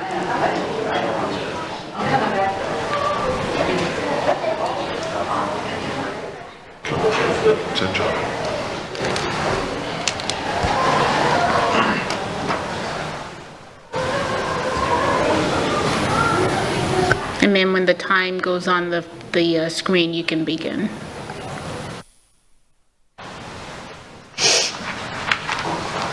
You can start. Good evening. My name is Melissa Thompson-Malby, and before moving to Sanibel, my family lived in the district next to Sandy Hook, Connecticut. Dr. Bernier, you might remember donning a superhero cape in my daughter's first grade classroom at the celebration of Sanibel School's reopening. I fastened that cape on you myself personally. I'm here to impress 3 points upon you regarding the guardianship program, and tell me if you can't hear me. The first is commingling. The second is evidence, and the third is liability. Commingling. At the March 7th board meeting, there were mentions of increase in countywide swatting threats. Ms. Patrica, you were understandably emotional as you recounted your personal experience. But segregation is important. Swatting and active school shootings are not the same type of threat and do not have the same solution to the unique issues they present. Instituting armed guardians will not address swatting issues. Second is evidence. This is the most straightforward of all. There is no evidence that arming guardians will improve safety for our students. Our students should not be guinea pigs. We're not discussing an experimental reading buddy program. Our students should not be the test population for this unsupported hypothesis that involves putting deadly firearms in the hands of laymen on our children's campuses. If this board votes that there is liability, there's no liability insurance available for a guardianship program. If this board votes the guardianship program through, you will be assuming vicarious liability for adverse legal mishaps and accidents as highlighted by Dr. Wilbur on March 7th when she used her expertise to explain an example of what statistically would happen. It would be incumbent upon this board and county to pay settlements to victims or their families when inevitably human error or mental illness within the permission gun-toting staff leads to a mishap, the death of a child.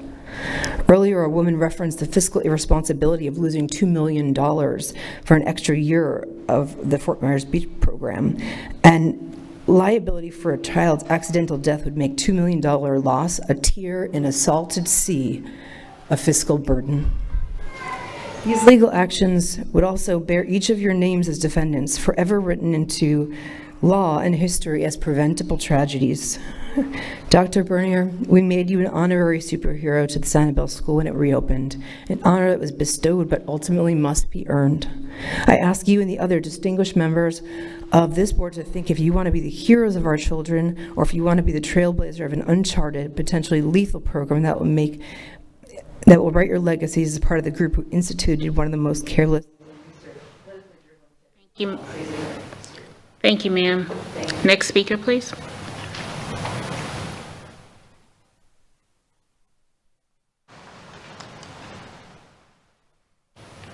Sharon McGill. I know you all have stated that you see this as an additional layer of security for our schools, but now we have the concealed weapon technology going into our schools that hopefully is going to be the deterrent that prevents the weapons from ever even getting into the school. And why we wouldn't wait until we saw how that works before executing this, I'm not quite sure. It seems like what we want to do is keep guns out of the school. And I still have some of the same reservations I did the first time that I read the proposal. And after reading this changed policy, the ambiguity is what concerns me a lot. Because there's cases in here that say it's only for an active incident. But then you'll go a couple paragraphs further and it'll say, well, they can be designated as a principal's designee for discipline, which gets rather confusing. And if I'm confused, think about how you explain that to a child. Okay, they know what their SROs are. They know what their job is and what they're there to do.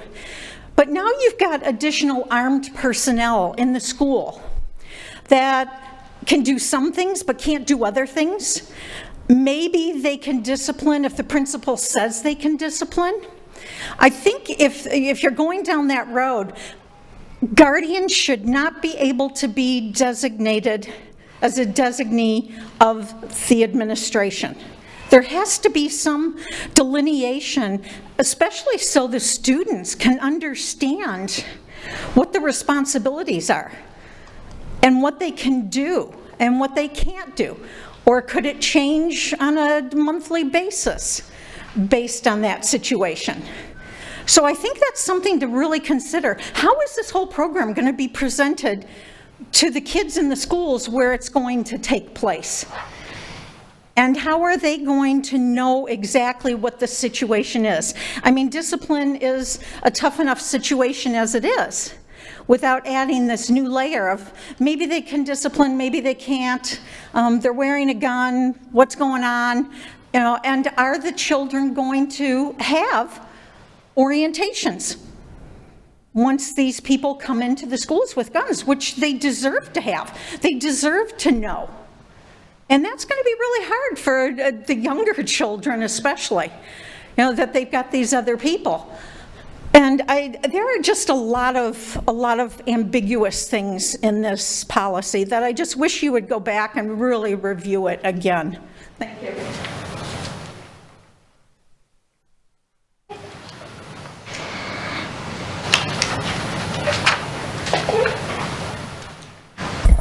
Good evening. My name's Dave Montrose. Wait till you get your, there you go. Oh, sorry. Timer. Good evening. My name's Dave Montrose. I am both a parent and a teacher, so I have a double stake in this.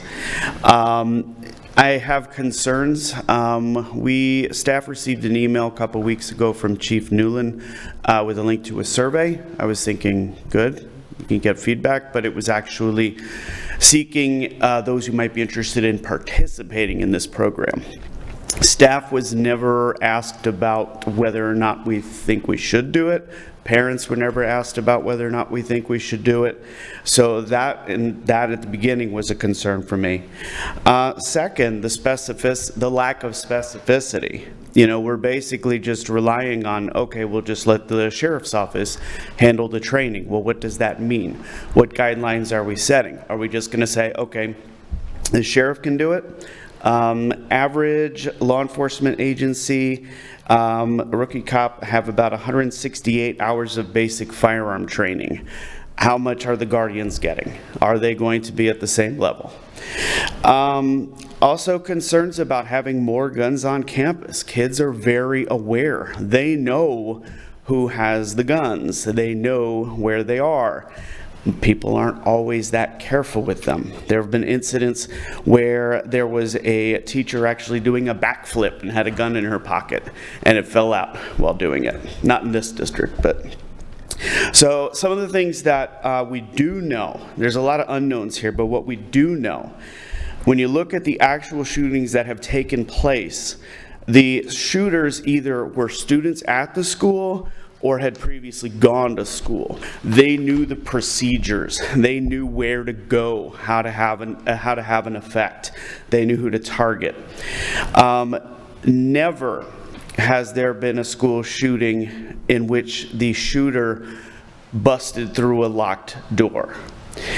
If the schools lock the doors, then you have erased, really in this case, 100% of the problem.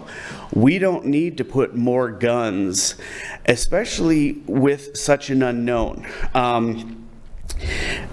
Regarding, and this is not an indictment on law enforcement by any means, but looking at what happened in Uvalde, Texas, that was a police department whose one job was preventing that. It's hubris if we think we can somehow do it better. Hubris. So I urge you, think about the safety of my kids, think about the safety of your kids, of your teachers, and say enough's enough. No more guns in the schools. And vote no. Thank you.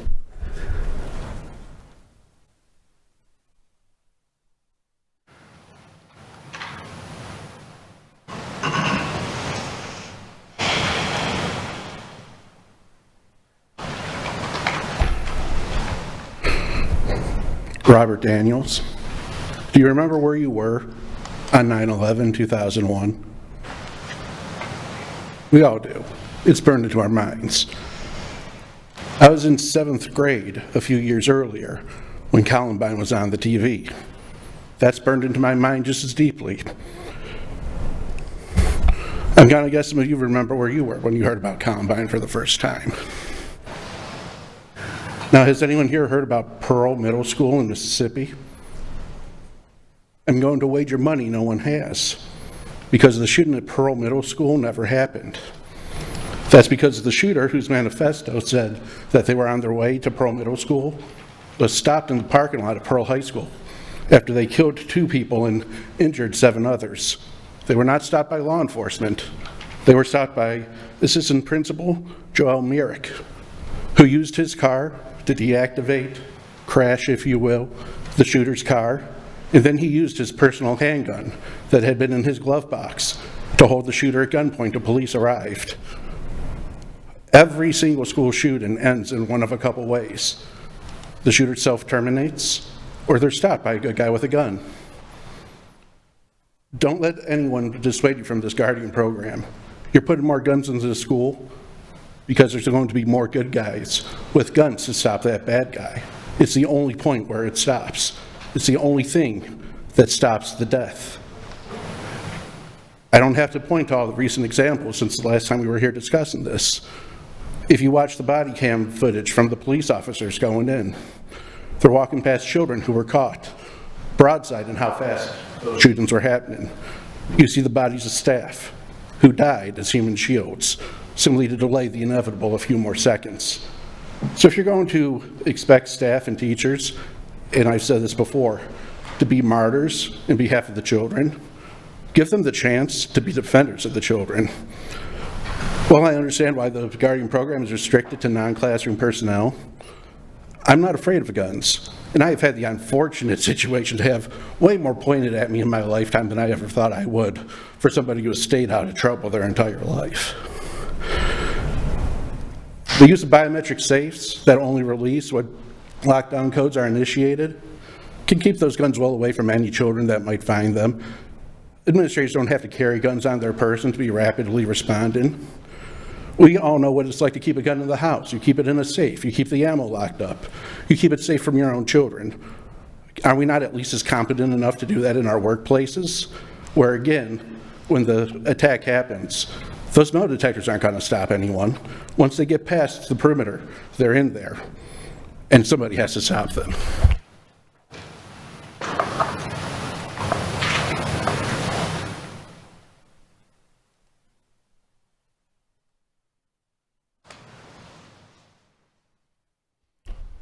Good evening. My name is Mike Miller, and I'm Commander with Lee County Sheriff's Office. I presently oversee the Youth Service Division, more commonly known as the SROs. Sheriff Carmine Marcino and the entire Lee County Sheriff's Office fully support the Guardian program. We also value our relationship with Dr. Bernier, the board, and the entire Lee County School District. Lee County training cadre is bar none. In my opinion, best in the state, and they're going to be responsible for training the Guardians. They're well prepared, they're all ready, they're looking forward to it. The Guardian program will be enduring a 160-hour training block, which is about 144 hours state mandated, so they're actually getting additional training out of that. The Guardians will also be working shoulder to shoulder. They'll be training with our SROs. Throughout the year, we do quarterly active assailant training.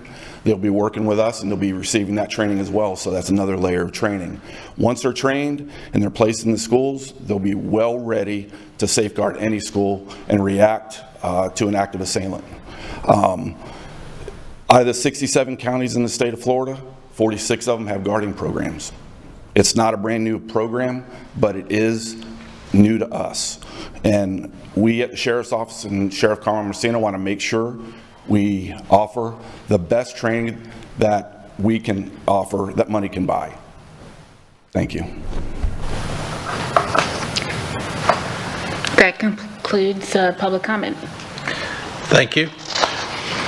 I will now close the public hearing and reconvene the regular school board meeting of May 9th, 2023. The time is 8:11. Dr. Bernier, please restate your recommendation for this evening's public hearing item.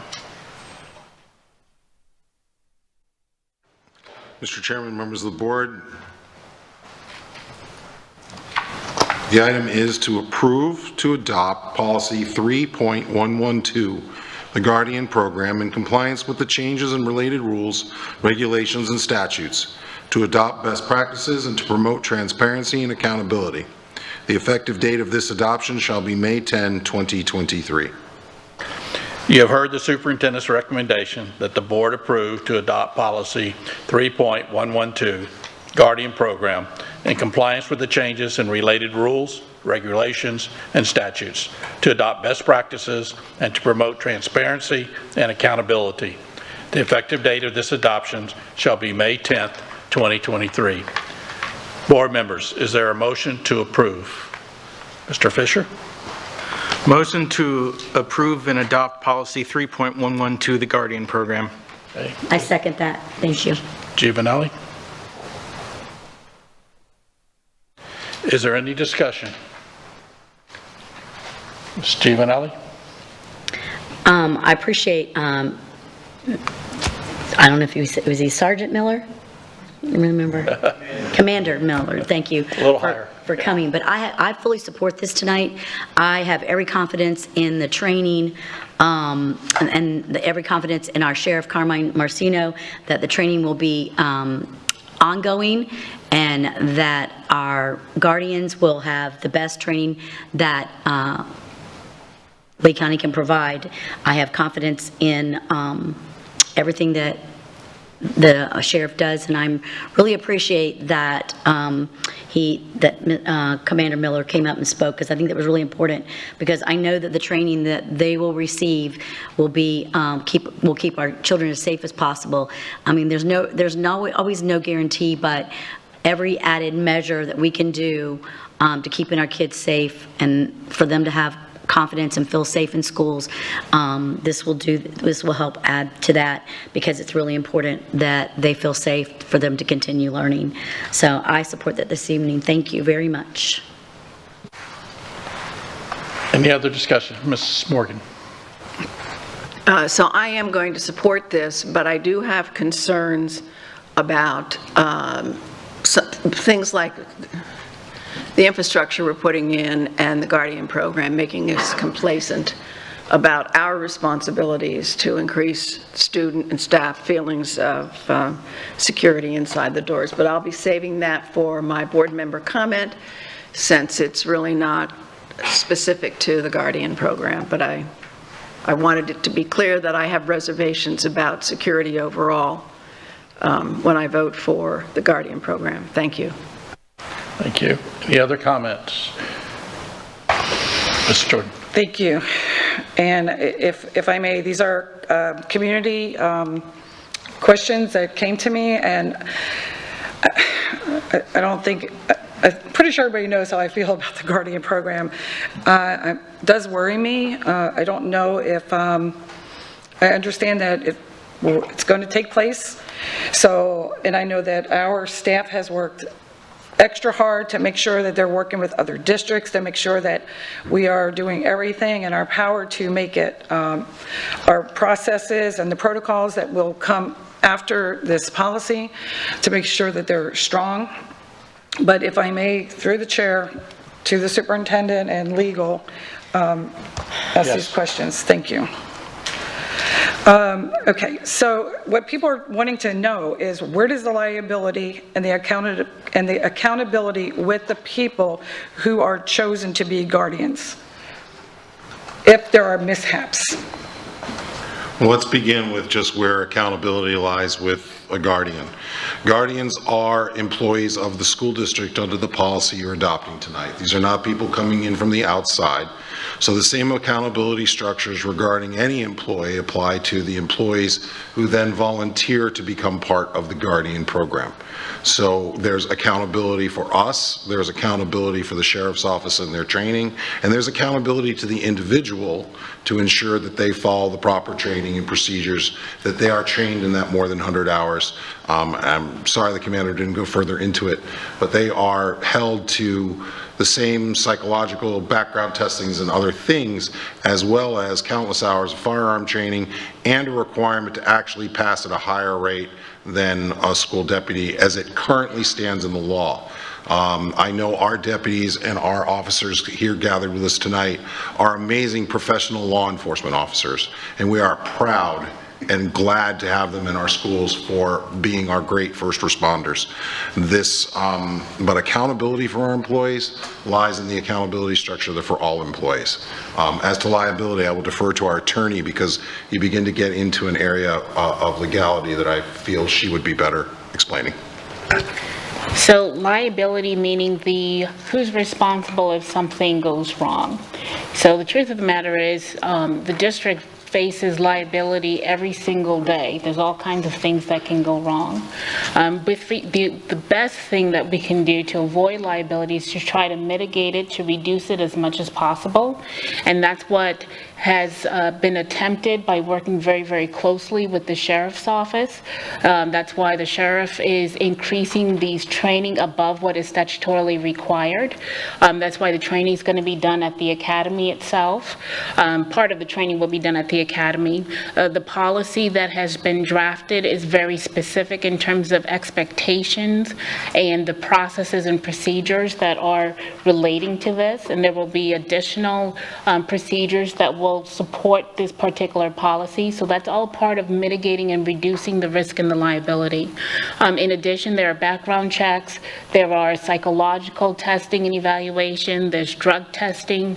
Before anyone per the policy can even become considered to be a guardian, they have to go through a panel that will include somebody from law enforcement, somebody from HR, which will have the history of that individual with the district, somebody from safety and security that will go through all of the applications. And on top of that, the superintendent will have a say in terms of who will move forward. So there's a lot of safety nets that is built into the actual policy that we think will help mitigate any risk that the district may have. Liability will not only fall on the district, but it can also fall on the sheriff's office. Liability can also fall on the individual if they do not adhere to the safety training and protocols that they are taught. It's my understanding that a big part of the training is safety, and if they don't pass the safety and the additional training, they will not move forward to the next step for actual recommendation to the superintendent to be a guardian. So that's the best thing we can do about liability. Okay, well, and I really appreciate it, and I appreciate Commander Miller coming in, because what the community has not, I mean, we have spoken about guardian programs, but they really have, the details are in the pudding. They really don't know all of this. So, you know, their concerns, and I don't know if more guns in school make kids feel safer. I would have to, I can't agree on that one. But, and thank you, Ms. Dupree-Bruno, because that was the second question was about the guardian themselves being the accountability on them. If there were to be a mishap, they would be held responsible for that. So this is something that is very, very fact-specific in terms of mishap. So there's legal analysis that would have to take place, and it will again be based on the fact pattern. But what I can tell you is, pursuant to the policy, if there's any violation of the safety protocols, if there's any violations of the expectations from both the district and the sheriff, that there are disciplinary actions to include termination. There are very, very specific guidelines in terms of how to utilize the weapon, the safety of the weapon. So all of those things, again, are part of the mitigation and the risk management for this particular program. And if somebody is not following the expectations that have been laid out by the sheriff's office, as well as our executive director of safety and security, who will be monitoring this program very closely in the district, then there will be significant consequences. Okay, thank you. And if I may, I got one more. As Commander Miller stated, after their training of 160 hours, and then the additional training, of course, and extra training, then they will be placed in our schools. They are not placing them in our schools, correct? How are the guardians placed in our schools, and how is that decision made on how many at each school? We need to be careful about discussions about how many at each school, at least at this point. But there would be a process, and that's why Chief Newland sent out the survey. There would not be placement of a stranger or an individual to a school building. A school building would need someone to volunteer who successfully went through the pre-screening, then completed all of the training, and then became a certified individual. That individual would be a person who came from that campus. Part of the procedures that need to be developed, because that's what policy does, it gives us a framework to then build procedures, would be to ensure that the principal is also in a position where they believe this person could be of value to their campus. We need to be very careful, and the board has been very cognizant in their communication with me and with Chief Newland to ensure that we are making and doing our homework at the front end of this process. So to community members who think they're going to receive 5, 6, 7 guardians from a guardian summer program where they're trained, that is not going to be the reality.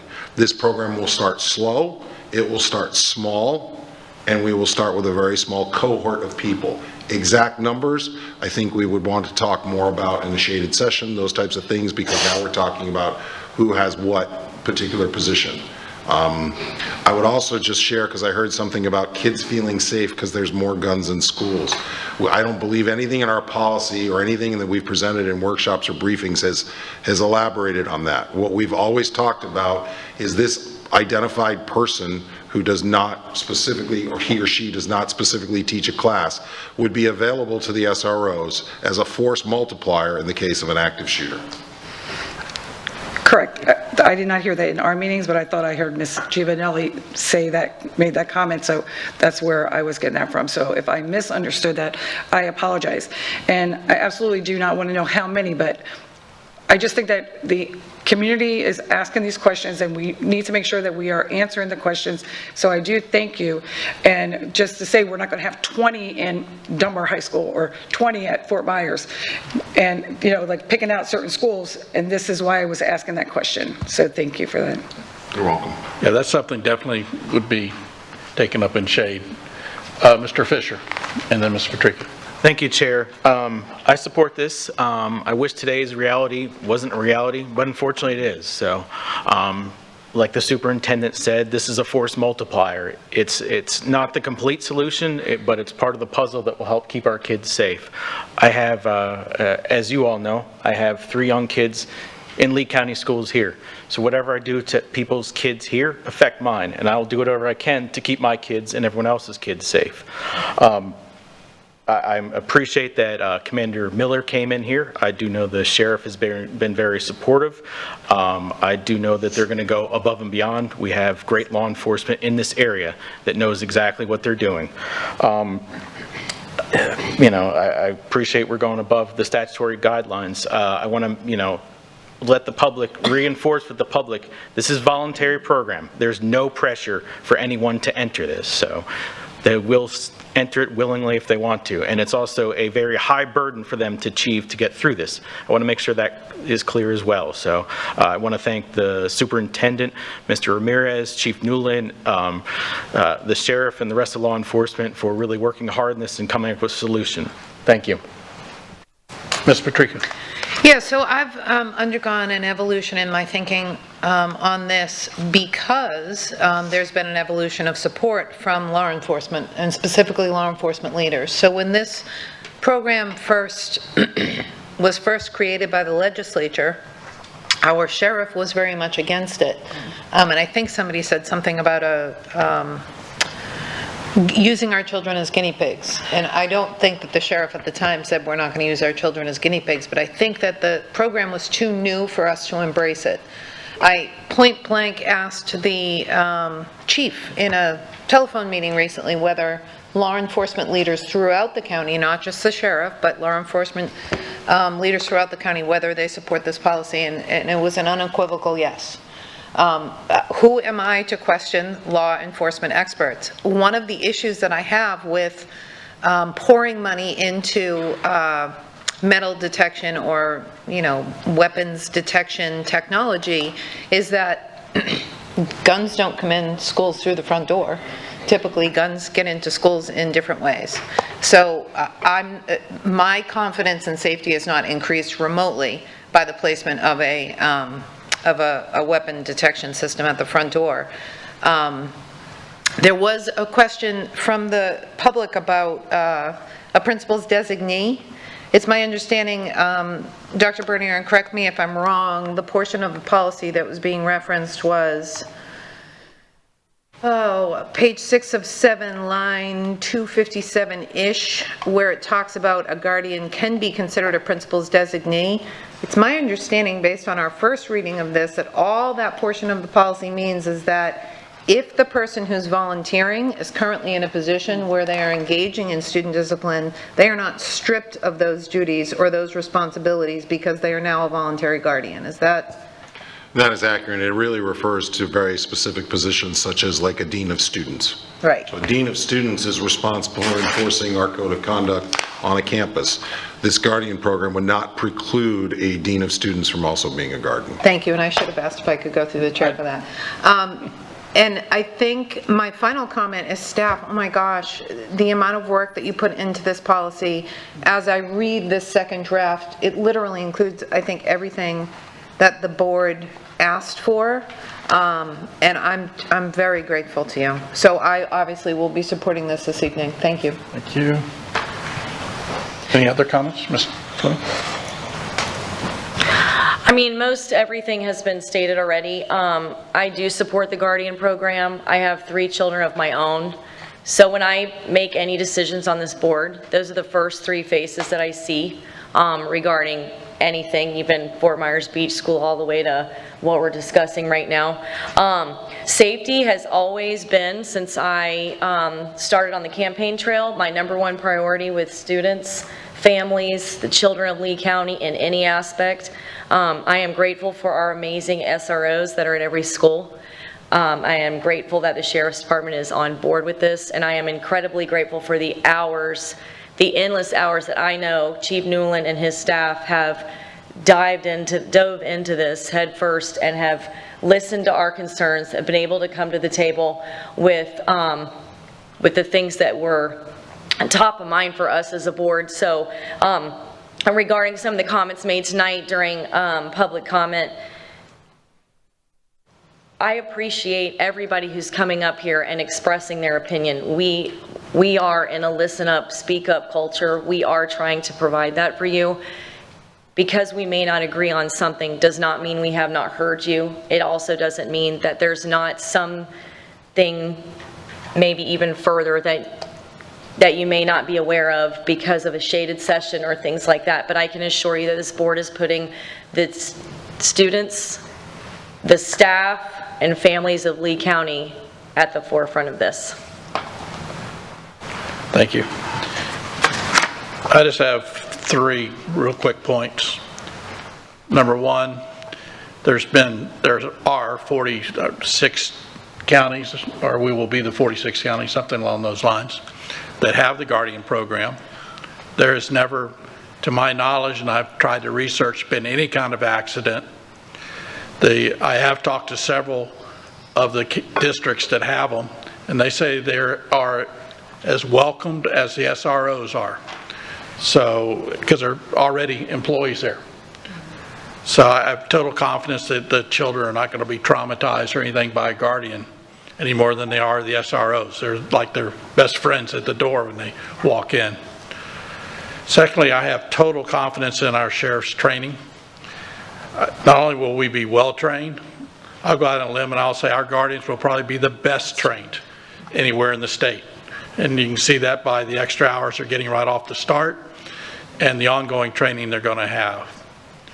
But the most important thing, and this was told to me by an SRO, and it was something he said, seconds equal lives. Every second that gunman has that gun and shooting, someone's dying. So having a backup to the SRO is tremendously, could make total difference in how many lives are lost. So hopefully we'll never even have that happen here. Hopefully this is an exercise that'll never be used, but we don't know. And for that reason, I support it. Okay, we're going to go and vote now. If there is no other discussion, I believe that's it. Okay, please register your vote.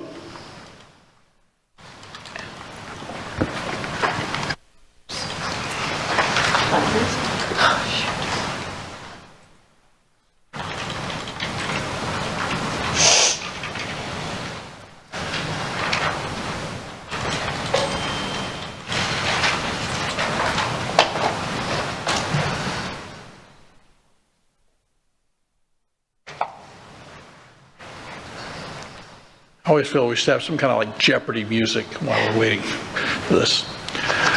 The resolution passes 7-0. We will now move to the good of the order. And any other business, board members? We'll start with Mr. Fisher. Thank you, Chair. A couple things real quick. I was able to, as many of us did on Monday and we will tomorrow, letters of appreciation to teachers from graduates. I was at Gulf Middle and Trafalgar Middle on Monday. That was a great experience. It really just some of the ones that, came even from as I said, teachers, even one was from a completely different school that kind of followed the teacher. I thought that was really amazing. So, and they're very heartening, and it was really a positive, awesome experience to see those teachers celebrated. So, and obviously, thank you to all our teachers for what they do for Teachers Appreciation Week. I know they do so much for my kids, and I really do appreciate that. Attended along with many of you the Excellence in Education Awards last night. That was fantastic. Some really, really bright and amazing kids. Our future is bright. Great to see, as well as many teachers that were celebrated for their amazing work, so I appreciate that. Thank you to the Kiwanis Club of Cape Coral for inviting me. I was able to speak about what was kind of going on in the school district right now. And I want to thank Cape Coral High School, Ida Baker High School, and Mariner High School. They were, I finished visits at them. I have now visited my initial visits of all the schools within District 1, and that has been quite an interesting, amazing experience. It really just gives you perspective, and you learn so much. So, and we're in great shape, I think, in this district. So that's all my comments for tonight. Thank you. Ms. Giovanelli. Thank you. Couple things real quick. I just wanted to thank this board for passing the Guardian program. That's something that I've kind of wanted since the governor put it in motion a few years ago. So we will be the 47th county. There was 46. We will be the 47th. And just to give a little perspective, because I've actually met with a widow, a parent that lost two parents that have lost their children in the actual Parkland, and that incident was under 4 minutes. 17 lives were lost under 4 minutes, and that's a scary thought. So I appreciate. I forget who said the minute that every second counts, or something. That made me think of that. So I just want to thank you for that. Also, through the chair, Dr. B, can you address the ban on books, or the misconception of we're not banning books, and if you could just address that, please. Thank you, Ms. Giovanelli, for the opportunity. There is an opportunity here in the state to have media and other classroom materials reviewed by a committee. We've had intensive work in a curriculum committee led by Mr. Spiro and other members of the academic services team to make some determinations regarding what the state law expects us to be able to do in order to provide parents information related to specific books and books titles. That team has been working with multiple constituents from each side of an issue. They are working diligently to come before the board. We have always had a book challenge process within our policies within the school district of Lee County. What we are attempting to do is navigate new legislation, some of it just recently signed as early as this week, and we are trying to make sure we are going to be moving forward in a position where we are compliant with state law as it's currently been written. There is not a ban on books, but yet an opportunity for individuals to continue to challenge books based upon topics or information contained within to ensure that there's a proper review. Once a book has been challenged, if that book is placed back on the shelf, it's placed back on the shelf. There's been a new development recently that while a book is challenged, what we may have to do with that book, but we are still reviewing that particular piece of the legislation. It is possible, the way that the intent of that legislation is that while a book is being challenged, that book would not be available for checkout. That does not ban the book. That simply allows the committee to do its work and post approval if that book continues in the library, which in our case, all books challenged except for one have been returned to the library for circulation. The question then becomes, how do parents know, and how do we help them and their children make good choices about what they read? We'll be bringing that information forward to all of you, but we are not in a book banning mode. Thank you. Couple more things real quick. It is actually Haitian Heritage Month, and we all received a invite for the Family Fun Day, which is this Saturday, the 13th, from 11 to 3 at, I think it's the Rock Church on Tarpon Street, and it's also a health fair, and they're offering free health screening and education. I think that's really important, an opportunity for the community to be involved in. Also, I had my first graduation this Saturday, and it was FSW's Collegiate High School, and that was interesting because I didn't have a voice. I'm just now getting my voice back, and it's barely hanging on tonight. And that was great. It was 107 students, and that's just starting our season. All of our board members will be doing graduations, and I'm excited for the new board members to do their first graduation. It won't be one you forget. It's why you're here. So I'm just excited for everyone that it's graduation time. And I just wanted to talk about Fort Myers Beach and Sanibel. I know there's restaurants already open for business, and I want to encourage the community to go out and support both communities, Sanibel and Fort Myers Beach, because they need you, we need you, because we need that support out there to the restaurants and everything. So I just really wanted to put that plug out there, because I have friends that work out there, and I think it's really important makes a stronger community, and it will make these communities stronger because they need the support, and I really appreciate that. Also, I'll just end with it's Teacher Appreciation Week. I just wanted to thank all the teachers. All board members are visiting schools and thanking teachers. And Monday I went to 3 schools, and I will be visiting some more tomorrow. But I just want to remind everybody, if you haven't hugged or thanked a teacher, do that this week. Thank you. Ms. Patrica? Yes, so we talked this morning, well into the afternoon, about the strategic plan. And I was really upset with myself for not having told the board or suggested to my colleagues that you watch the DAC meeting. Well, the DAC meeting occurred after our last board meeting and before this meeting, so I had no opportunity to tell you to watch the DAC meeting, but it would have been great to have watched that before today. But if you could just go and watch those breakout sessions and see the level of engagement and the themes that sort of emerged today were so much the themes that were coming out of those breakout sessions from teachers, from parents, from administrators, it didn't matter what hat they were wearing.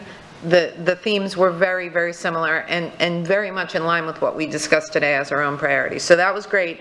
I had DAC, I also had EDAC, I think it was yesterday, Executive District Advisory Council, and this may very well be Mr. Hertz's last meeting with DAC. So he's been the chair for a long time.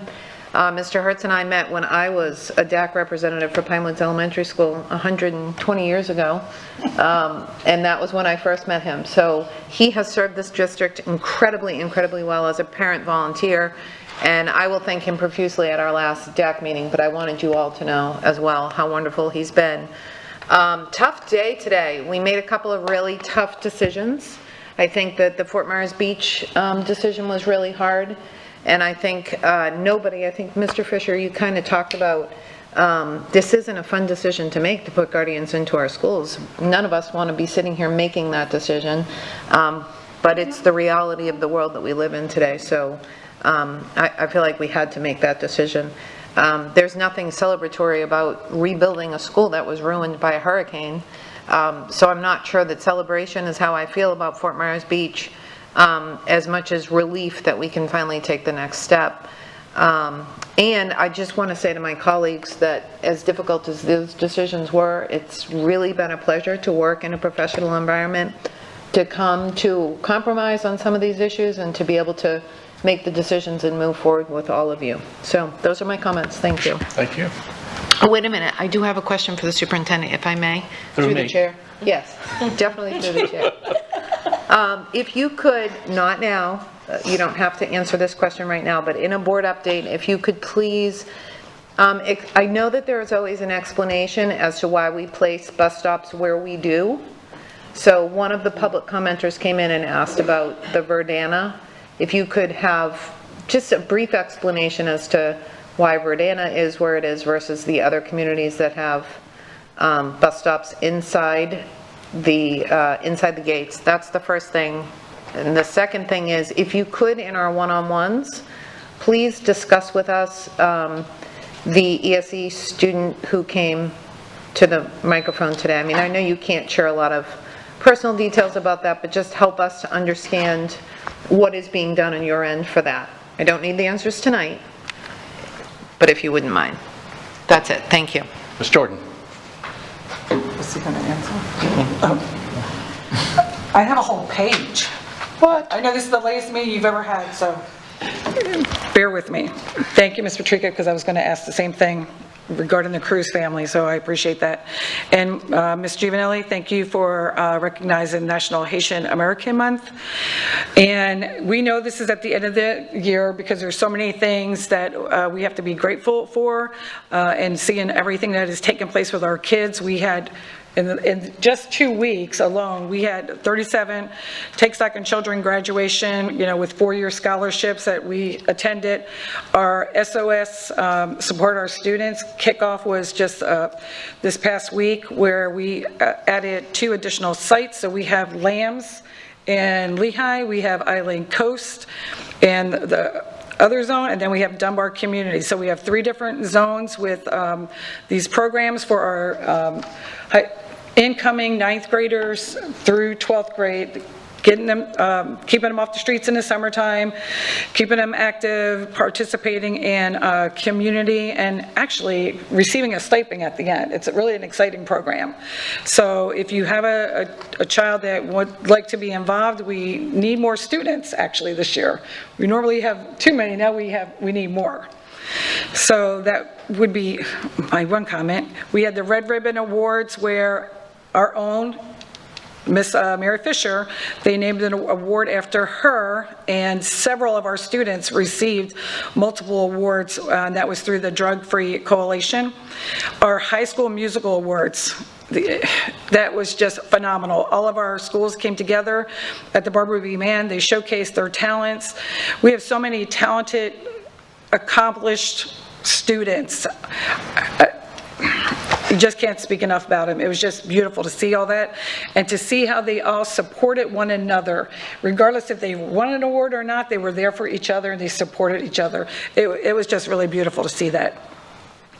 Our Autism Acceptance Awards, we had 3 teachers, received their awards for their tireless work and dedication to our children with special needs. We had Law Week Awards, where a teacher from Cypress Lake received an award for her accomplishment. We had our Empty Bowls 2 weeks ago, where all of our schools created these beautiful bowls to make sure that our community, to raise money for hunger. So we are just everywhere in our community. North Fort Myers, we had the performance of SpongeBob, which actually SpongeBob was here tonight getting an award. That was just really a great success for them. Our JROTC award ceremony was held at Dunbar High. Many participated, even our superintendent, which was great, and he did really well. He did not drop the flag. Everything went great. Our excellent in education, as Mr. Fisher spoke about, was wonderful, and the project, the new teachers project appreciation, absolutely. Reading letters to the teachers I thought was phenomenal. And if I may, I'm going to read this really quick little note that a teacher sent. It's really quick. It just says, "Thank you so much for making my day this morning. I was so surprised and shocked. And then I was very humbled to receive such an honor. That's the best reward a teacher can receive. I cried after you all left. I really enjoyed what I do. And this just confirms that I am making a difference for a child. Have a great day." And that was from Miss Donnell at Carrie Robinson. So she It was really beautiful to get that as well, and to see the reaction and the tears of joy and what that really meant to them. So thank you, Dr. Bernier, for bringing that to us this year. I really, really appreciate that. And now, the only thing I would like to say, I want to thank our SROs who are in our schools, who are always with us here. Appreciate you. And I want to congratulate all of our seniors who will take their next step prior to our next board meeting, and wishing them the very best in whatever pathway they chose or choose. Thank you. Thank you. That was pretty quick. That was pretty quick. Ms. Langford-Fleming. Well, a lot has already been taken care of on my list. Thank you. I did have the 2 questions that Board Member Patrica asked jotted down, so I'll wait to hear from the superintendent about those in another time. We had a great collaboration today. I've always been someone who believes in teamwork. I could never have played golf because I love teammates. So, but when you collaborate together, and I think that we modeled what we're asking our teachers to do day in and day out, well, we tried to model that today by working together and coming up with just even what could be the tiniest ideas. Those can blossom into the best game-changing strategies, but I was grateful to have the opportunity to vocalize that and hear from others and others of my peers on the board today. So thank you for that. I am grateful that Fort Myers Beach ILA passed. Now I am incredibly excited to see what is to come. And you have shown resilience through this entire process. I'm not sure there's another community in Lee County that I can think of that has shown up to every single school board meeting for the last 7 months. So I appreciate your efforts and all those efforts and the tireless hours of what keeps you up at night and what wakes you up, Superintendent. So I know we've all been through that together. You know, we started this evening off with Harns Marsh Middle, Mrs. Sunby, and any of our arts teachers. You know, hats off to you for what you do, and you put that together, and it comes out in this beautiful project that we all see, but we didn't see all the steps it takes to get there. So I know that there's a lot of hard work, and I appreciate that. That was a beautiful way to start the evening.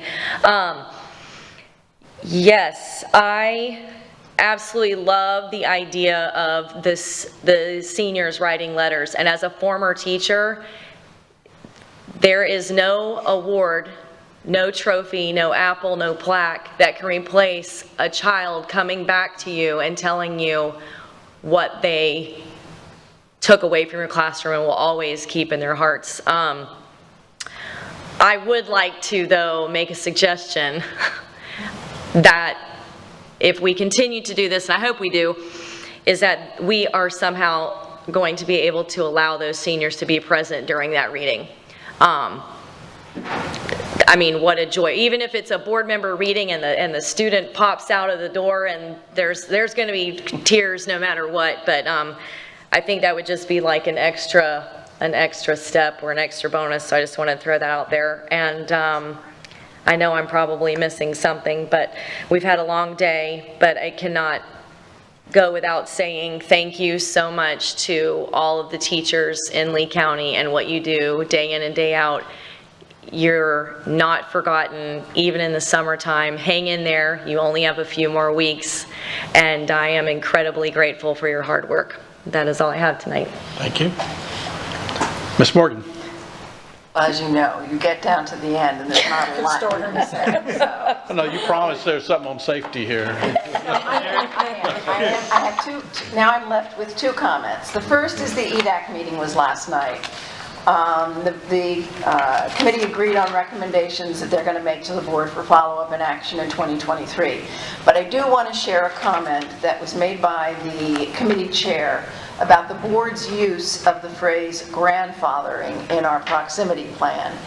He told us, and I did not know, and the committee agreed that leadership ought to be aware of the sensitivity of the phrase, given its association with 19th century voting requirements.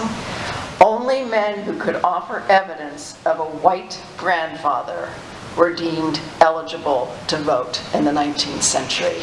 So it is a word that has a great deal of sensitivity attached to it. So the suggestion, I think, we need to think as we look forward to the proximity plan for 24-25, you know, the verbiage we use to describe that particular piece. The Guardian Program. So, student and staff safety is a district priority, and I understand that the community expects us to use all tools at our disposal to ensure student safety. And the legislature created the Guardian Program to provide a tool for by adding force multipliers for SROs. We seem to think, so I think that people think that screening and other technology enhancements will keep the trouble outside our doors. I am concerned that the focus on infrastructure defense is not being matched by a plan for ensuring that students and staff feel safe inside our doors. I'm worried that we're creating, by focusing on guns and screening, we're creating an artificial sense of security. We're being made complacent. And I will say that yesterday when I went to a school, I was let in by a staff member. You know, you can do anything you want with a Guardian Program. You can do anything you want with screening. By the way, at another school weeks ago, I was stopped by a student who did not let me in. So it's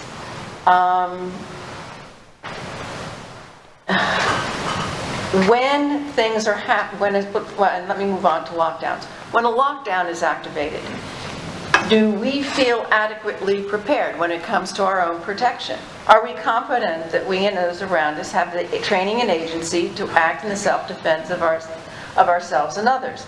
We've heard the story about students panicked in a cafeteria by a loud noise. We know that a student carried a fake gun into a cafeteria. We know that children are undone by what's happening on social media, and although we can't affect that, it affects their feeling of security and well-being in the schools. So I'm just worried that by saying we've done these things from a technology point of view, we're taking our eyes off of what we need to be doing in schools every single day with kids and teachers. It's like soft skills. We need automatic responses to certain things. And I made a little note for myself. You know, when you go to the checkout counter and there's a little note that says, if the clerk doesn't ask you for this, report and we'll give you your money back. I'm beginning to think that we need to offer some sort of an incentive. If somebody lets you in and you report, then you get a lollipop or something like that. If a door is ajar. But the point I'm trying to make is that all of this emphasis on guardians and guns, to me, doesn't do enough in terms of addressing whether or not the children in school whether that makes the children feel safe, that in and of itself, and I don't think it does. So those are my comments. I'm sorry I didn't have to get to talk about the musical theater awards and the teacher letters and the other things I did, but somebody else took care of it all. So thank you for listening. Those are my comments. You should be in my place, going really last. It is a little tough reading those letters, I must say. I think it was Miss Jordan told me that one of the teachers started to cry, which is touching. But were they kindergarten kids or first grade? Kindergarten kids looked at her like, why are you making my teacher cry? Right. She thought she was going to be mugged. But anyway, it is a great experience, and I also appreciate the superintendent bringing this to us. Hard to believe it hasn't been done here for years and everywhere. It's such a great idea. And The only other thing is I got to get to read again tomorrow morning, 8:30 out at Alva. So I'm not going to keep going. I will go on to the board attorney. Do you have any comments? I don't, not this evening, thank you. Mr. Bernier, would you have any? I just have a couple of things. I do apologize, but first of all, to Fort Myers Beach Elementary, thank you for your patience. I thought it was interesting that today's character word was patience. I'll also tell you that while sexy things have not been going on at the building, there's a lot of sexy architects hard at work. We're expecting the interior plans for the building as early as this week, possibly next week. We're also in the process of a demolition plan, which is almost finished, which then will give us the ability to come forward to the board for that process to begin with the outbuildings that surround the historical building. So while I think their black-eyed Susans grow in magnificent numbers, don't get too used to them, because you'll see the movement, and excited about getting started. And thank you to the board for giving our COO the opportunity to continue to work forward on that school building in anticipation of this with the money you originally gave us to begin the process. Also to the larger community, on behalf of the board, reminder that these expenses that moving forward are what we would have had to anticipate in terms of to put a portable campus on the facility. It actually came from a suggestion from the community to move forward with a renovation using those dollars to make them more viable more quickly. And additionally, those expenses should be, as we've said, I's dotted and T's crossed, we will get that money back in FEMA and insurance payments. Teacher letters, just quickly to the community, all the board members are talking about it. Just really briefly, the class of 2023 through English Language Arts teachers in their senior class wrote back down the chain to a kindergarten through 12th grade teacher to say thank you for their impact on their lives. There are a lot of people behind the scenes, a lot of people in academic services who read 6,000 letters, because believe it or not, every letter has to be read. We assume that they're all going to be wonderful and positive, but we need to ensure that anything delivered is, because you're reading some while other teachers are receiving some of those in their mailbox all through the week. I just want to recognize the team in academic services. If I start naming names, I will get in trouble. But I also want to thank our English Language Arts teachers. They had to deal with a revision to the instructional curriculum that added this as an assignment while taking another one away. And to a board member Fleming, I will tell you that after action research is what I'm all about, and the sooner the better. There is a little bit of a snag with seniors because they are in their final week. They'll be released on Friday. So I just, in preparation for graduation, there are exams and other things, but I think we can try. And try to move forward in that respect. Want to just remind everybody that not this weekend, but the following weekend, the pomp and circumstances of commencement will begin. We have lots of graduations and a really wonderful opportunity to celebrate like we did tonight. Some of the titles, Ms. Patrica, that you read, I don't know what they mean. I'm going to have to look at what that research is about, because it is extremely intense and just absolutely amazing, not just with our arts programs and all those other things, but just the science and the technology that our children are involved in. And we're excited about our 6,000 seniors. We'll also got a bonus today from the governor and the state legislature with additional changes to concordant scores. So those families that may be waiting for a happier day, the governor and the state legislature acted benevolently to help this class of 2023 reach their graduation requirements moving forward. Additionally, they also on Friday settled on a budget. We have our budget team and finance team led by our CFO taking that budget apart. You will get budget updates very quickly. Finally, I mentioned at the beginning just that really proud of the work of our FEMA group and our consultant, but also of the staff. We're still waiting for some reimbursement from Irma. We've received exactly what we spent in our invoices submitted to the county for our Ian sheltering. It's really kudos to a team who learned lessons from the previous hurricane and really worked hard to ensure that we could move forward and move forward. Lastly, on school safety, can't agree more. school safety is about a climate and a culture. See something, say something is a piece of it, speak up, listen up is a piece of it, but it's our principals and our staffs working with kids and saying that safety is everyone's responsibility. It works in the world for our deputies and other people because most people stop at a red light, right? Thank God we do. Because it makes driving home a little bit easier. We have to teach that responsibility to our youngest citizens, that they have responsibility for safety. And I think there's a huge difference between what I used to refer into my own home about tattling to tell, Ryan is making faces at me, versus tattling for safety. My daughter's on top of her bed getting ready to open the window to look outside on a second-story home. There's a huge difference between the two, and we have to teach our children that overtly, that there is a responsibility if you see drugs, weapons, other things that could harm or compromise the safety of a school building. You have a citizen's responsibility to step forward, and to your point, Ms. Morgan, it needs to be said every single day, because a wise person reminded me, as soon as you're tired of hearing it, they may just start to listen. So keep that in mind in our own homes, in our own families, and we will work diligently in our schools to do the same. I will get that information regarding those particular parents. Thank you for bringing it up. Staff has already started to research both situations, ensuring both with the bus stops and with our student who came to the podium tonight. So thank you for a reminder and a good task list. Thank you, Mr. Chair. Thank you. Our next scheduled meeting is on Wednesday, May 17th. It will be a board workshop at 12 noon.